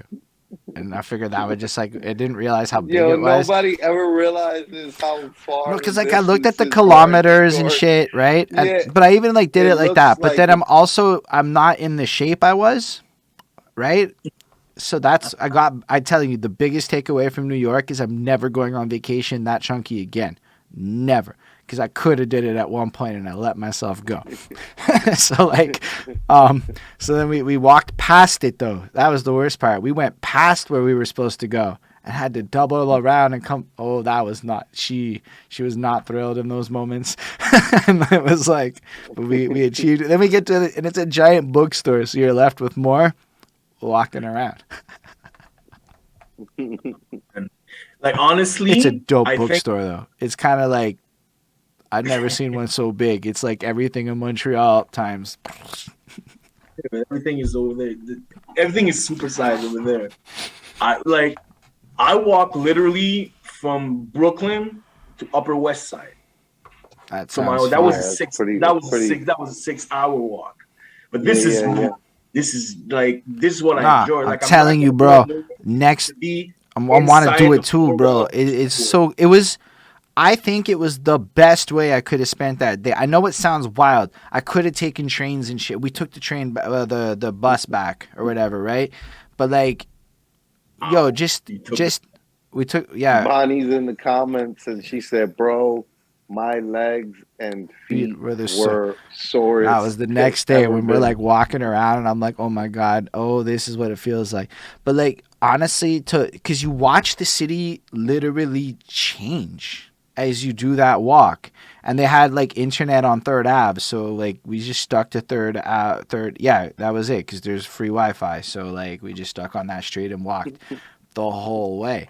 And I was like, this was incredible because like when I go to Google Maps, I can picture it now and it's like more valuable in a sense. And like, honestly, yeah, once we got into boring gray parts of Manhattan and it kind of looked a little bit the same, it was like, okay, a little less fun than the more colorful parts, but it was crazy cool. Like, I don't know if I'd want to do that walk just that one street again, but like in general, yeah, the idea of just walking around a city like that, that's actually lit to me. I did that shit in Toronto too. Yeah, nah. New York City is great for that. Like that's one of the like beautiful things, and There's art everywhere. It is, like, if you allow yourself to, like, it's a very motivating city. It's like the city itself and the people were very motivational because people are always on the go, people are always doing things, and people are following their desires and their dreams and their wants and finding their people and their tribes. So like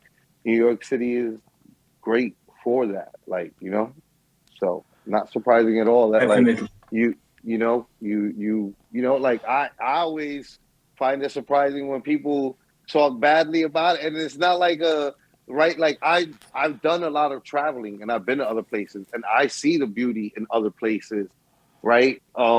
So like when people like leave New York like, oh, it was a shit city, I'm like, you are crazy. Like you allowed a bad moment to like dictate your whole time here, and you probably came with the wrong attitude. But like New York is definitely like type of city that is very welcoming, even though it's how it is, like where people feel like, oh, people are rude there, and it's just like, I mean, honestly, we're just honest, maybe you I know? just Like didn't people have are a bad just, experience like but that. people aren't really, but nobody was like that really for no rude reason. to me the entire time I was in New York. I got one funny look because I was acting like a tourist. Fair, but like otherwise, nobody was rude. I encountered no rudeness in my Yeah. at all. At all. Yeah. Like, and no, because We love showing people the city and like showing people where we're from and like taking them around our way, and like to us it's like, yo, this is our home, so it's just like, yo, let me show you my home and let me feed you and let me like show you, and like something dangerous could be happening right there, but you're gonna be okay, don't worry about it. Like, you're with me, that everybody, you know, like, and that's just how New Yorkers are, you know, like it's just that's the way it is. So like when people leave like talking about us like, oh, New Yorkers are all rude, I'm just like, what? You're crazy. Like we're actually really hospitable people. Like I will say that customer service is definitely not the same thing as it is in Montreal, but that's nah, super not. Super not. But customer service here people in general are mad nice. yeah. That's funny. For sure. We do have pretty high standards of customer service. Bonnie said everyone was super friendly and jovial. I was there to protect Ho-Ho. What's gonna happen with your lady from Bonnie around? You're totally fine. No, for real though, you might think that, but Bonnie is one of these people that you could put her in a room full of the most hostile and dangerous people, and she will be their best friend within 7 minutes. It's really, I don't doubt that, actually. She has that ability. So it's weirdly like you are kind of safe around her because I can be annoying and I know it.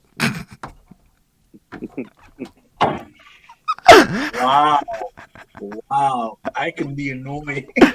Not always safe. I can talk my way out of most of it. Having Bonnie around, it's like a lucky charm. Improves your odds and shit. Gets you out of situations too, I'm assuming. I mean, usually they don't happen. We're relatively boring people in that regard. I'm not that dramatic. Okay. I try hard. Now, I'm even bad at the making fun of my friends thing. So it's like, but I have one like big question that we cannot forget, because if not, I feel like we'd be doing a whole disservice to being on the End of the Week platform. End of the Week Quebec is doing this ridiculously interesting thing with kids in schools right now. And I feel like you should break down a little bit what's happening there, because while I'm watching it a little bit, you're like directly in the middle of it, filming people and stuff. So, yeah, let us know what's happening with that. Yes. So basically, it's kind of like a follow-up to, it's the second year that we have the show La Fin des Faibles, which is literally end of the week, but in French. And we have it on national television. That's the second season that starts now. And then what we decided to do is that we got a partnership with the city of Montreal, and that we are offering workshops of rap to kids from 12 to 17, but we're teaching them the actual challenge. So there's 5 workshops of 2 hours each, and each workshop is related to, let's say, the freestyle bag, the written, the acapella, the cipher, MC versus DJ. And then at the end, there's 7 boroughs of Montreal that are participating in it. And then there's a challenge on each of those boroughs. And then the winner of each of those boroughs will be at the Bac La Fontaine. They're building a new theater outside there. The mayor of Montreal will be there, and there's going to be a lot of people, and the kids are going to be presenting the final showcase there. So that's where we're going. So right now I'm going into different schools because I take care of 2 boroughs, NDG and La Salle. Let's be real, NDG. And we got Basics as the mentor, and then Wally as well. And then we're going into different schools to recruit kids. So it's a different approach with both, because with Basics, you can just tell the kids to write a word on the paper, and Basics can improvise for 2 hours if you want. And then with Wally, he's more about written, and he's more bonding with the kids. So we go in all the lunches of the kids, and we go sit down with the kids, talk to them about the challenge, talk to them about rap workshops. Because, I mean, they didn't have nothing for 2 years because of this COVID. So having rap workshops given for free, and also to have chances to win studio time, to win chances to have mentorship with professionals in the scene, that's crazy. And that's really one of the best projects that I've been a part of. Like, all the schools are really down with it. And that's the thing, like, you need to understand that in Quebec, it's not really like, hip-hop is not really like infiltrated in all the other spheres yet. So for us to get inside the school system when other programs have been waiting a long time to get approved for their funding, but we just got approved in front of everybody because of how dope the project was, that's great. And I mean, we got almost 100 kids registered so far in all those 7 boroughs. So that's really intense. Like, I'm already having like conversations with the kids that are asking me questions about this and that, about how they should write, how they should do this. And I mean, that's great. Like, whenever I can match like my passion with business, with hip hop, with the kid, like I can mix everything all together is mixed. So that project is one of the best really that I've been a part of. Yeah, that's really incredible. When do the when does it like the actual shows start happening, like for the kids? So the registration, how do you say inscription in anglais? Registration. That's a good word. Registration. So the registration ends on 25th, so on Friday. And but it depends on the boroughs, because me, for example, in La Salle, I start this Friday, the workshops, but in NDG, I start next Thursday.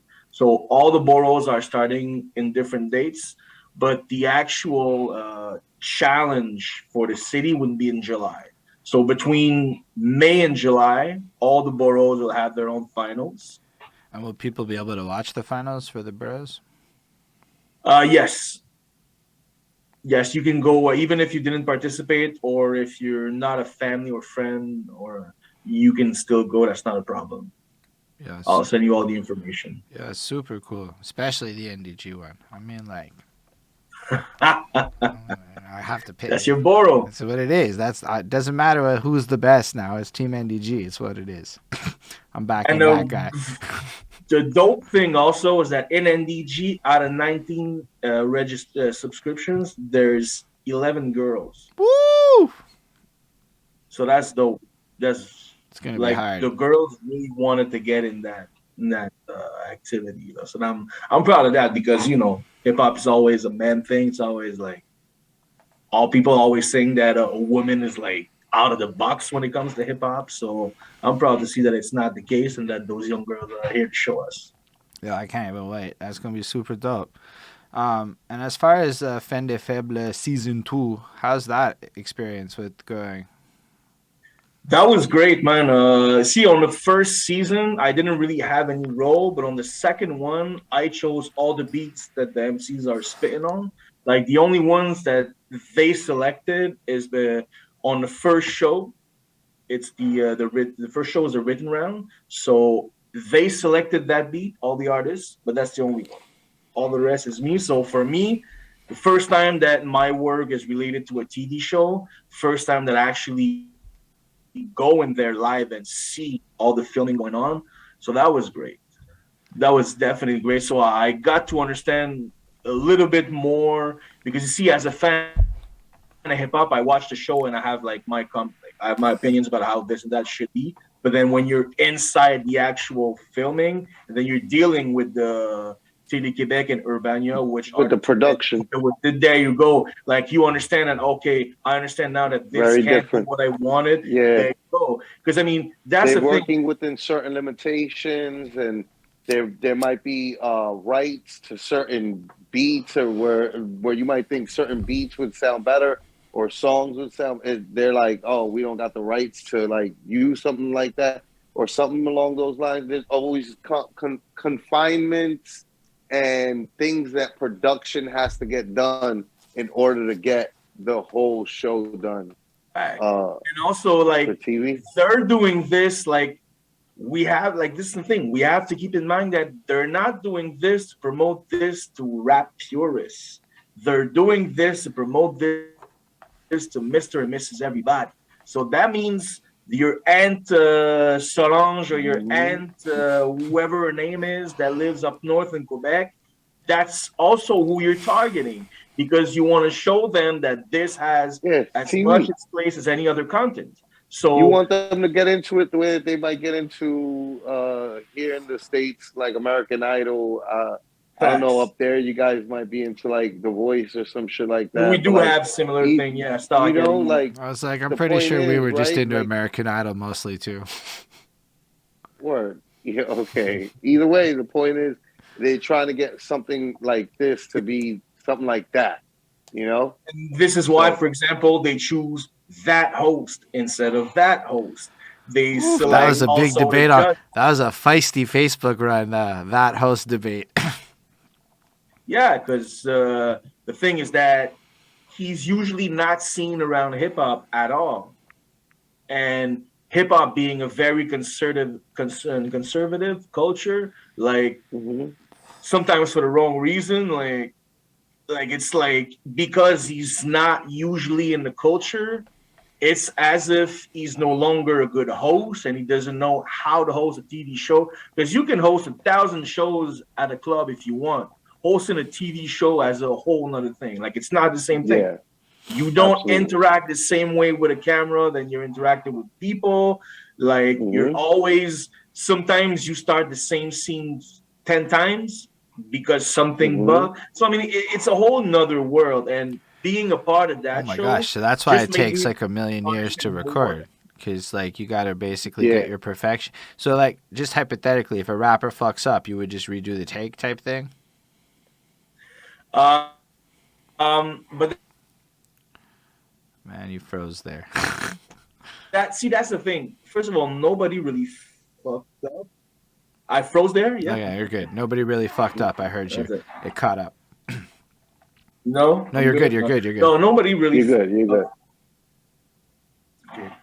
No, nobody really fucked up. But you can't really like when you mess up in the middle of the rhyme, like you can't really like do like whatever you want with the movie, the film. You have to restart again.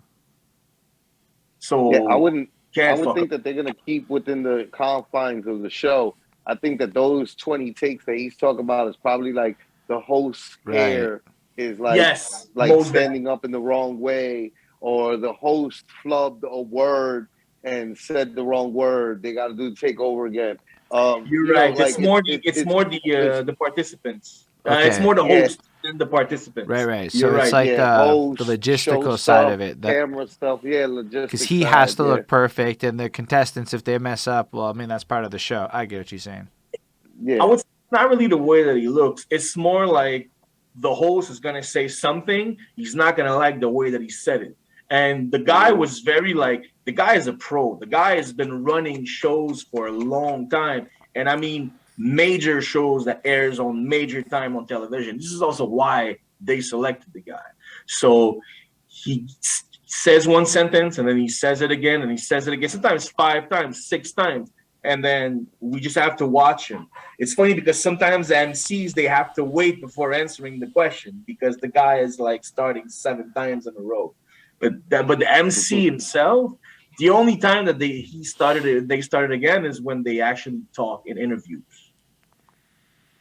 Okay, so whenever it has to be like polish, because this gonna be aired on TV, then okay, I see what you're saying. But that's super nifty to think about. Like, I mean, I don't think when we watch TV, we often consider that in segments like that. You may be watching a host say the same sentence 9 times in a row to get it perfect, and that makes total sense because that's really what needs to happen to make this the best production, and a good producer is going to let that go down because none of us might be thinking that makes any sense. Yeah. And sometimes you look at the facial expression and you don't necessarily understand why, but it's because it's the 7th time that he does it, or something just happened before they took that scene. So no, it was very interesting, honestly. The thing with that is that we don't have 100% of the choices when it comes to the participants, though. So we can give our opinion, but it's still the producers of the show that select. That gets to select who it goes. You know what? I got a question. So, I mean... is the show itself, right? Like, does the winner of the show end up representing EOW Quebec in the Challenge of Champions, or is it just completely separate and it's not related to like the EOW Quebec great scene question. at all? My question this year may not be the same answer next year, but my answer to your question is yes. So yes, one of the prizes that the person wins is representing us in the World Final. So last year, Jam, the thing with, I don't know how it's going to go down next finals, but I don't know if we're going to have like 2 persons representing us, but there's really like 2 champions that technically speaking are going to the finals. That's one of the prizes. I don't know if this is going to last. There's an English and a French one this time, right? That's the issue. That's the issue. I don't know if this is going to last because of that. Because that's the thing in Quebec, language issue. That's the huge real problem. thing. And the thing is that this is me personally. I wouldn't feel comfortable, and I said this to Guillaume and Benoit, that they always have as a prize that they represent us, because that makes all the English cats not even having a chance to participate and to do that. Which was actually a big issue. So you're standing up on behalf of the... See, this is why he's the hip hop cafe. What's the because Holden speaks on behalf of Anglo English hip hop artists.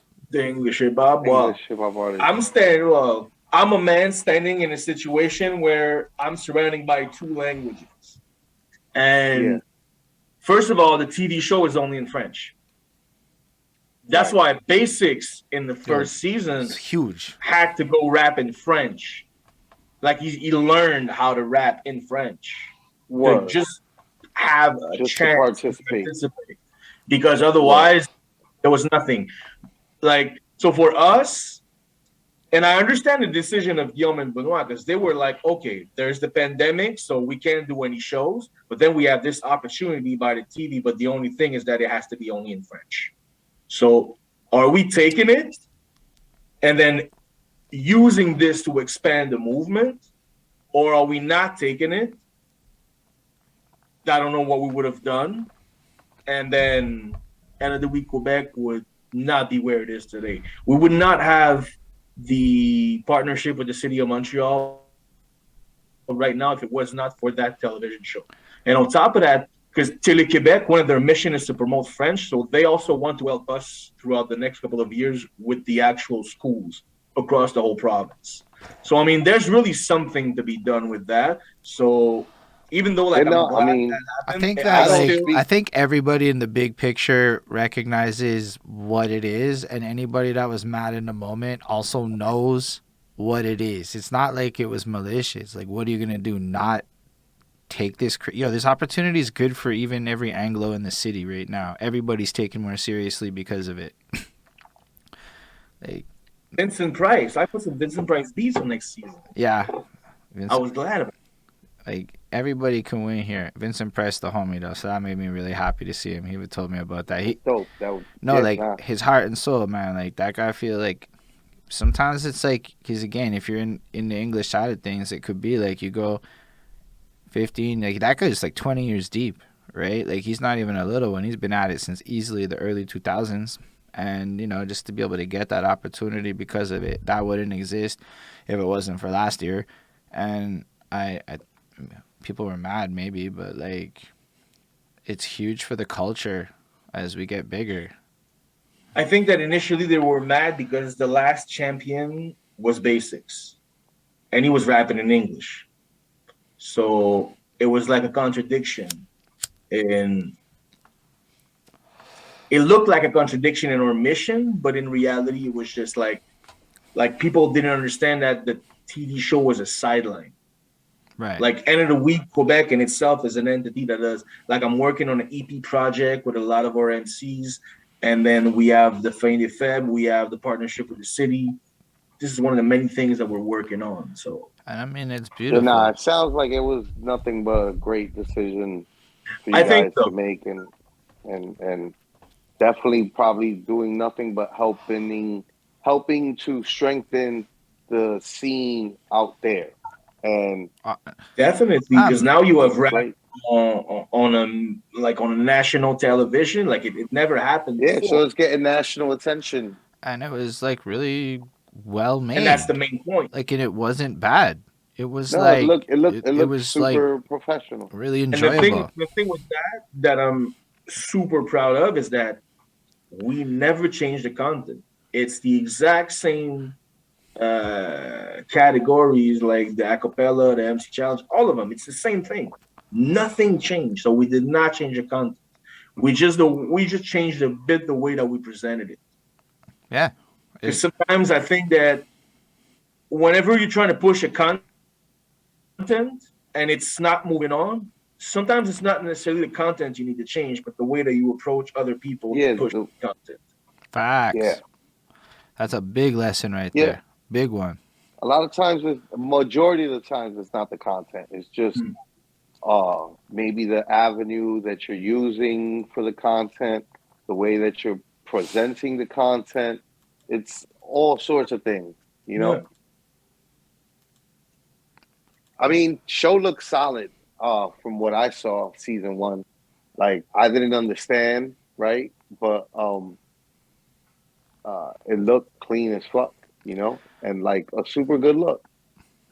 Yo, this year they stepped up the way that it looked even more. Like the visuals. So they're like, this was a success. You guys can have more money. Yeah, they must have liked the numbers that they saw. But see, that's the thing. There's two things. On television, it was okay. It's on the internet. Like in Quebec, we have like a children's show called Passepartout, which is like on the French side. It's like the Wu-Tang of the kids show, if I could say it like that. Like, it's a very big, popular show. So we were only second to them in all the audience of all the shows on that TV station online. So that made them want to renew for second year. And I'm touching wood, but I think that we're going to renew for a third year as well. That's amazing. Nice. So that's cool, because what I like more this year is that I was able to bring 21 producers from our local scene to have a beat on national television, and that we were able to push so that their name appears on the television. Ooh! You gonna make it say Vincent Price on TV? There you go. There you go. So that was something that I was really proud of, because the thing is that we have so much. You see, like I used to be a hockey player, so in the NHL, a lot of Quebecers are excellent goaltenders. So a lot of goalies that are great are coming from Quebec. Well, whenever there's like music in here, the producers of Montreal are kind of like that. We have so many great producers that they create things for all over the world. Holden has told me. Like, we have a lot of them. So I was able to just like take them, give them a check, be able to have a little money, have their name on television. And it was nice. Last year there was like only like 3 beat makers or 4, and they had all the beats. So this year I was like, you know what, we have way too many. So I approached 20 beat makers, 21, and they all said yes. So I selected all of them. So it was a great experience. I'm really happy with that, man. It's really awesome what you're up to. Like, because keep in mind, this is the same Montreal scene that sometimes people might complain about and say nothing good's happening, you know? So, I mean, Olivier Brault exists as a contradiction to the naysayers. Like, your life is a testament. But that's the mentality that I was saying earlier. Like, we have, I think, and I'm sorry to say this, but I think that we have a small people mentality a lot of times and a lot of things. And I think that it's good for you to just want to get out of there. I just think it's like inspiring a lot of people to just keep seeing people make moves, because the more people that make moves, then it creates a different kind of attitude that becomes just as contagious as the hater shit. It shows the next man that they are capable of doing something as well. Once you do something, it gives everybody else the inspiration to be able to follow their dreams and the things that they want to do. And I think that this is something that is universal, because whenever I see, for example, Propane, like Propane, and one of the things that I admire from him is his creativity. Like, he's always thinking about something to make whatever he has better. And this is universal. So that being said, like, I think that all of this made me in a position where I can say, for example, I want to organize an event in New York. Let me holler at Pro. Let me holler at all the other people that I connected with. Let's organize something. So this is something that End of the Week gave me, the family portion. But also, I think that hip-hop gave me that drive and that, like, my mom and hip-hop both, because, I mean, she was a great influence on me on that. But, like, it gave me the motivation and the drive, even though sometimes I lack confidence in myself, to just like push and then go see those people and have opportunities to create for myself. Yeah, that's the legend shit in you. You know, like when they talk about the people behind, you know, when they talk about Montreal hip hop in the future, your name's gonna be brought up, is all I'm saying. That's not like a done in my mind. Sounds like it. Way more than the artists, because you do some real ecosystem shit. I mean, at some point you're coming back, I think, with the V2 of the Hip Hop Cafe and the manifestation in real life. I do not believe you're a man to be deterred. So whatever happens with whatever happens, it's going to appear. And when that happens, man, you just may be the dude to create the hub that creates the thing that turns to the spot, that boom, boom, boom. And then everybody like, bro, if you didn't perform at Hip Hop Cafe, are you even an artist? You know, you're going to be that guy. Appreciate that. I am coming, like, I'm never going to leave the Hip Hop Cafe aside, but I am working on the version, like a kind of like a remix, but I'll bring that. Yeah, like, the thing is that with the pandemic right now, I was like, okay, is it a good solution or is it a good decision to get a lease of 3 to 5 years? Because usually in restoration, it's minimum 5 years that they take. So in uncertainties like we are living in today, or what I could do is take the concept that I had and do pop-ups with it. Ooh. And that would allow me to not only have pop-ups in Montreal, but I could have one in New York. I could have one in Toronto. I could have one in Miami. I could have one like You could bring that shit to NDG. That was included in Montreal, but yes.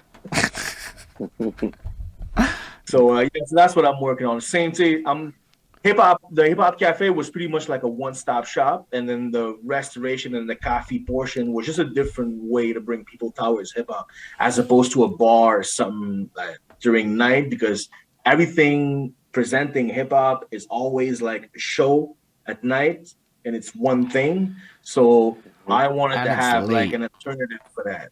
So the pop-ups will be the same thing. So you'll have a little bit of merch, vinyl, CDs, stuff like that. You'll have different brands. You'll have MCs, DJs. You'll have a barber. You have a sneaker exhibition. Like anything that is related to the hip-hop culture, so that you can have really like a 5 hours of a hip-hop experience. And you want to stay from the beginning to the end. So that's what I'm working on right now. That's actually really fire. That's like... Yeah. And on top of that, you're working on helping the kids become super MCs. But really, you're doing what every like top level corporate CEO wishes they could do. You found a way into the high schools to get the children on board with your brand in a legal, clean capacity. That fuck it, it's honorable as fuck what you're doing. That's wild shit, man. You breeding future hip hoppers up in the city. And then I'm pretty sure you're getting a check to like the rappers that are in the scene. You know what I mean? So, like, I'm pretty sure, like, you're putting food on people's table. People always appreciate that. I have to a lot of people. I don't look at it as if people are owing me anything, because whenever I want to be a part of something, I don't want to be a part of something because of something else, and I want to be a part of it. Like, if Absolutely. I'm not done, I'm not going to be a part of it. Yeah, if you're not giving genuinely from the heart, then you shouldn't be giving at all. And exactly. The only way that you give genuinely from the heart is never expecting anything in return. It's always just to give because that's what's in your heart, is to give, you know? So, yeah. And if somebody gives you, that's an extra. But it's all bonus. It's not something that you expected in the first place, and it's not something, one of the reasons why you're doing this in the first place either. Nah, and I think people feel that. Plus, ultimately, you have one of the illest CD collections out there, and that just has to be put down. And like one day, people gonna want to raid that like basement archive when it's at like 5,000 CDs and 3,000 vinyls and da da da. Like that's pretty fucking crazy. They gotta crazy. just give you a radio show so you could just play some shit every day. Yo, that would be. Here goes these albums. Like, you know, because we're actually working on. We're working on creating a couple of podcasts about hip hop in general with this collection. So we're working on something. Because I feel like you post your.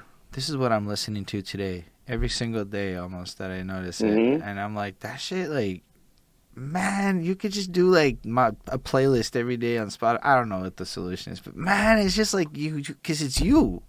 Anybody else, I wouldn't care. Good.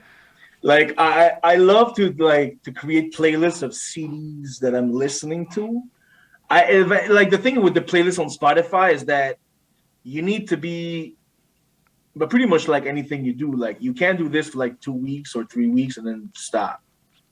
That was my issue with the playlist, is that I started this, but then I stopped. So I was like, okay, no, I'm not. I'd rather not do it than do it every like 5 weeks or in a range of time that makes no sense with me trying to get my brand like out there. Like it wouldn't make any sense to have a playlist but not be really focused on it. Right. So I'm just waiting to have like everything proper, like the event going on. So I might start a blog or a playlist at that point. But in the meantime, I just dig, I collect, I look online, I feed myself. Like I really am a geek, so I make sure that I stay in touch with what's going on in the city of Montreal and outside of it. And that's it. Yeah, man, you're like you said, a renaissance man.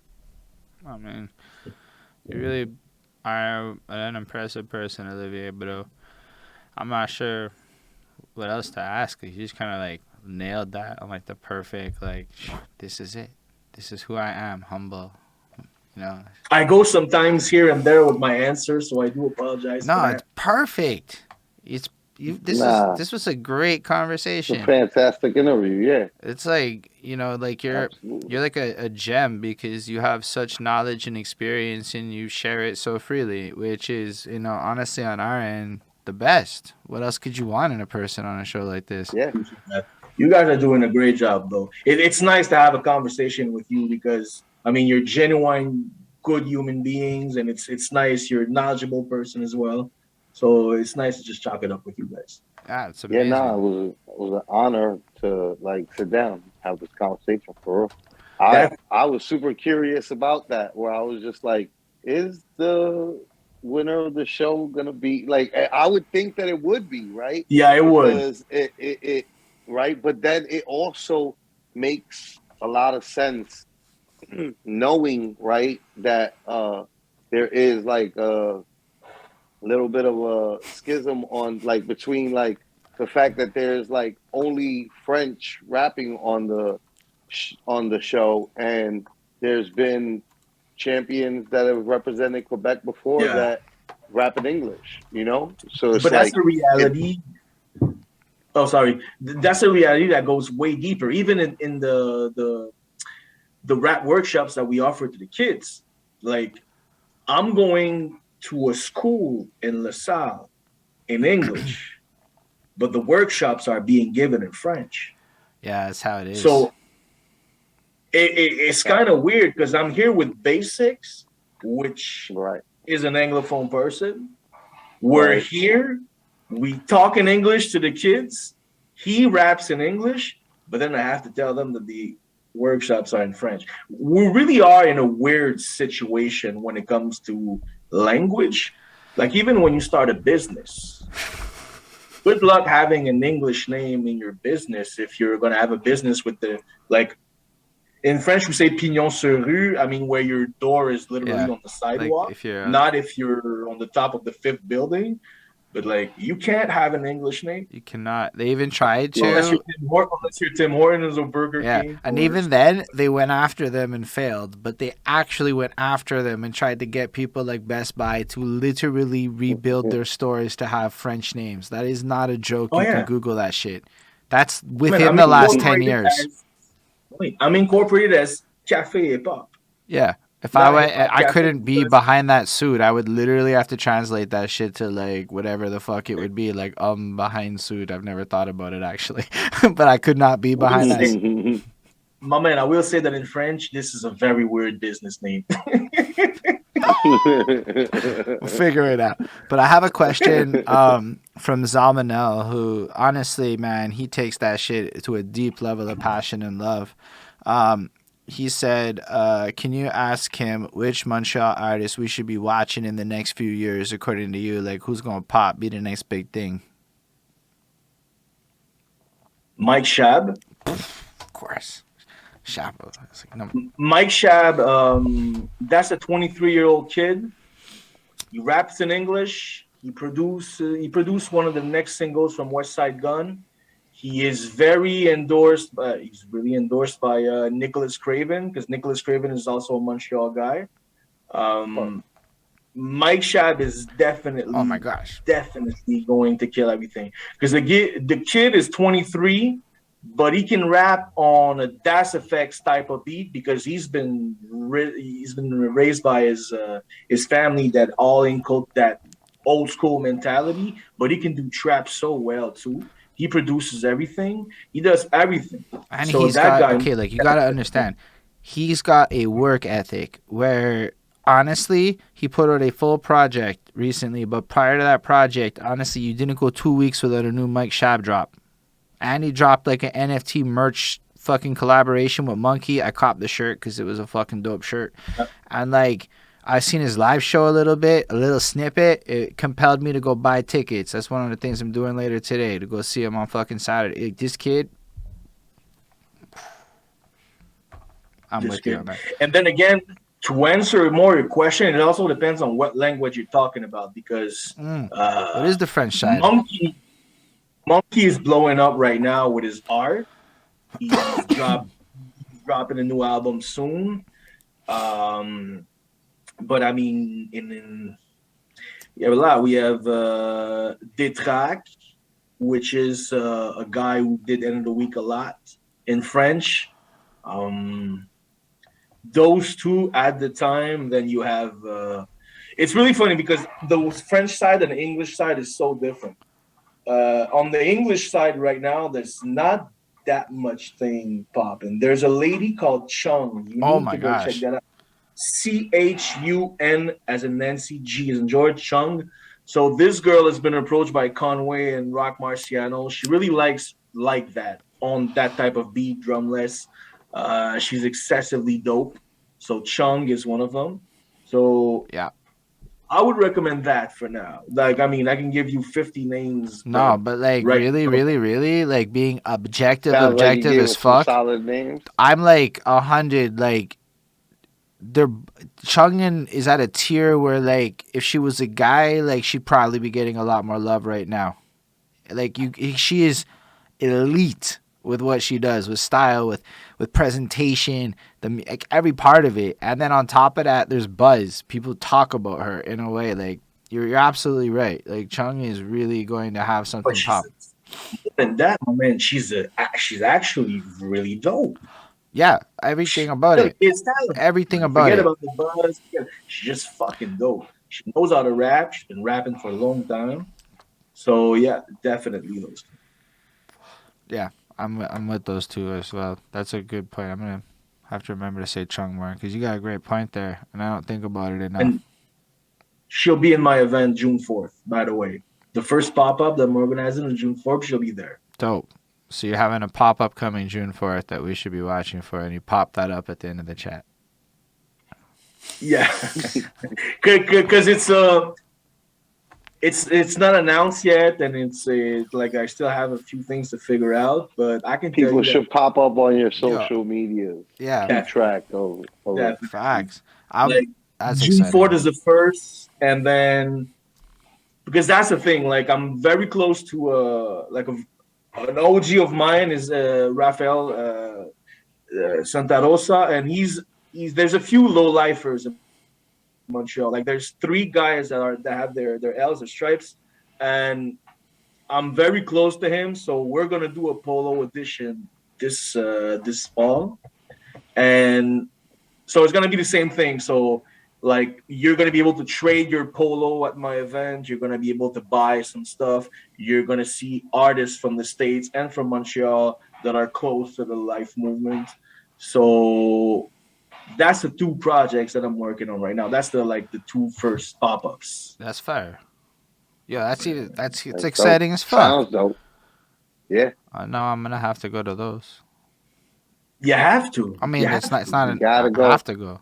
It's easy. It's just done. Tell me where. I don't know where. You already told me that you're going to more stuff now, so there's no reason why. Absolutely not. I'm going to be there. You've told me the date. It's June 4th. It doesn't even matter. It's blocked off. I mean, I'll definitely wait to see your flyer and confirm it and all that shit. But like, yeah, June 4th. I'm in. Actually, Shabb is still in negotiation for that event. That'll be fire still. I mean, honestly, it's just I don't really care who you have there. You could just be like, I'm in the park selling T-shirts, and I might just show up at this point. And if you called it Hip Hop Cafe and you had like, yo, we literally got a mic, be like, alright, that sounds blessed. It's Olivier. I know that like, he's gonna attract greatness.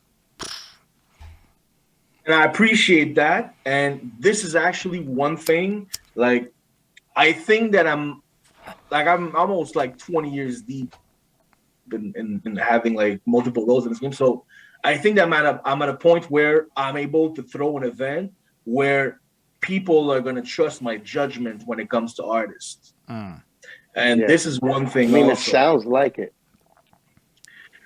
And I worked hard for it. Like I really come from a place, no hip hop whatsoever, but I work hard to get in a situation where I get the respect in all those places. So I think that this is going to be a success. And I think that from everybody that I talked to, it's a good spin-off of the Hip Hop Cafe.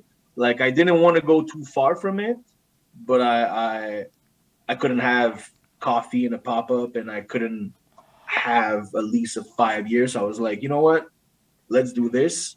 And then eventually my plan is to reopen the cafe. because I really, truly, firmly believe that this is going to be a success. It's just, I mean, one thing at a time.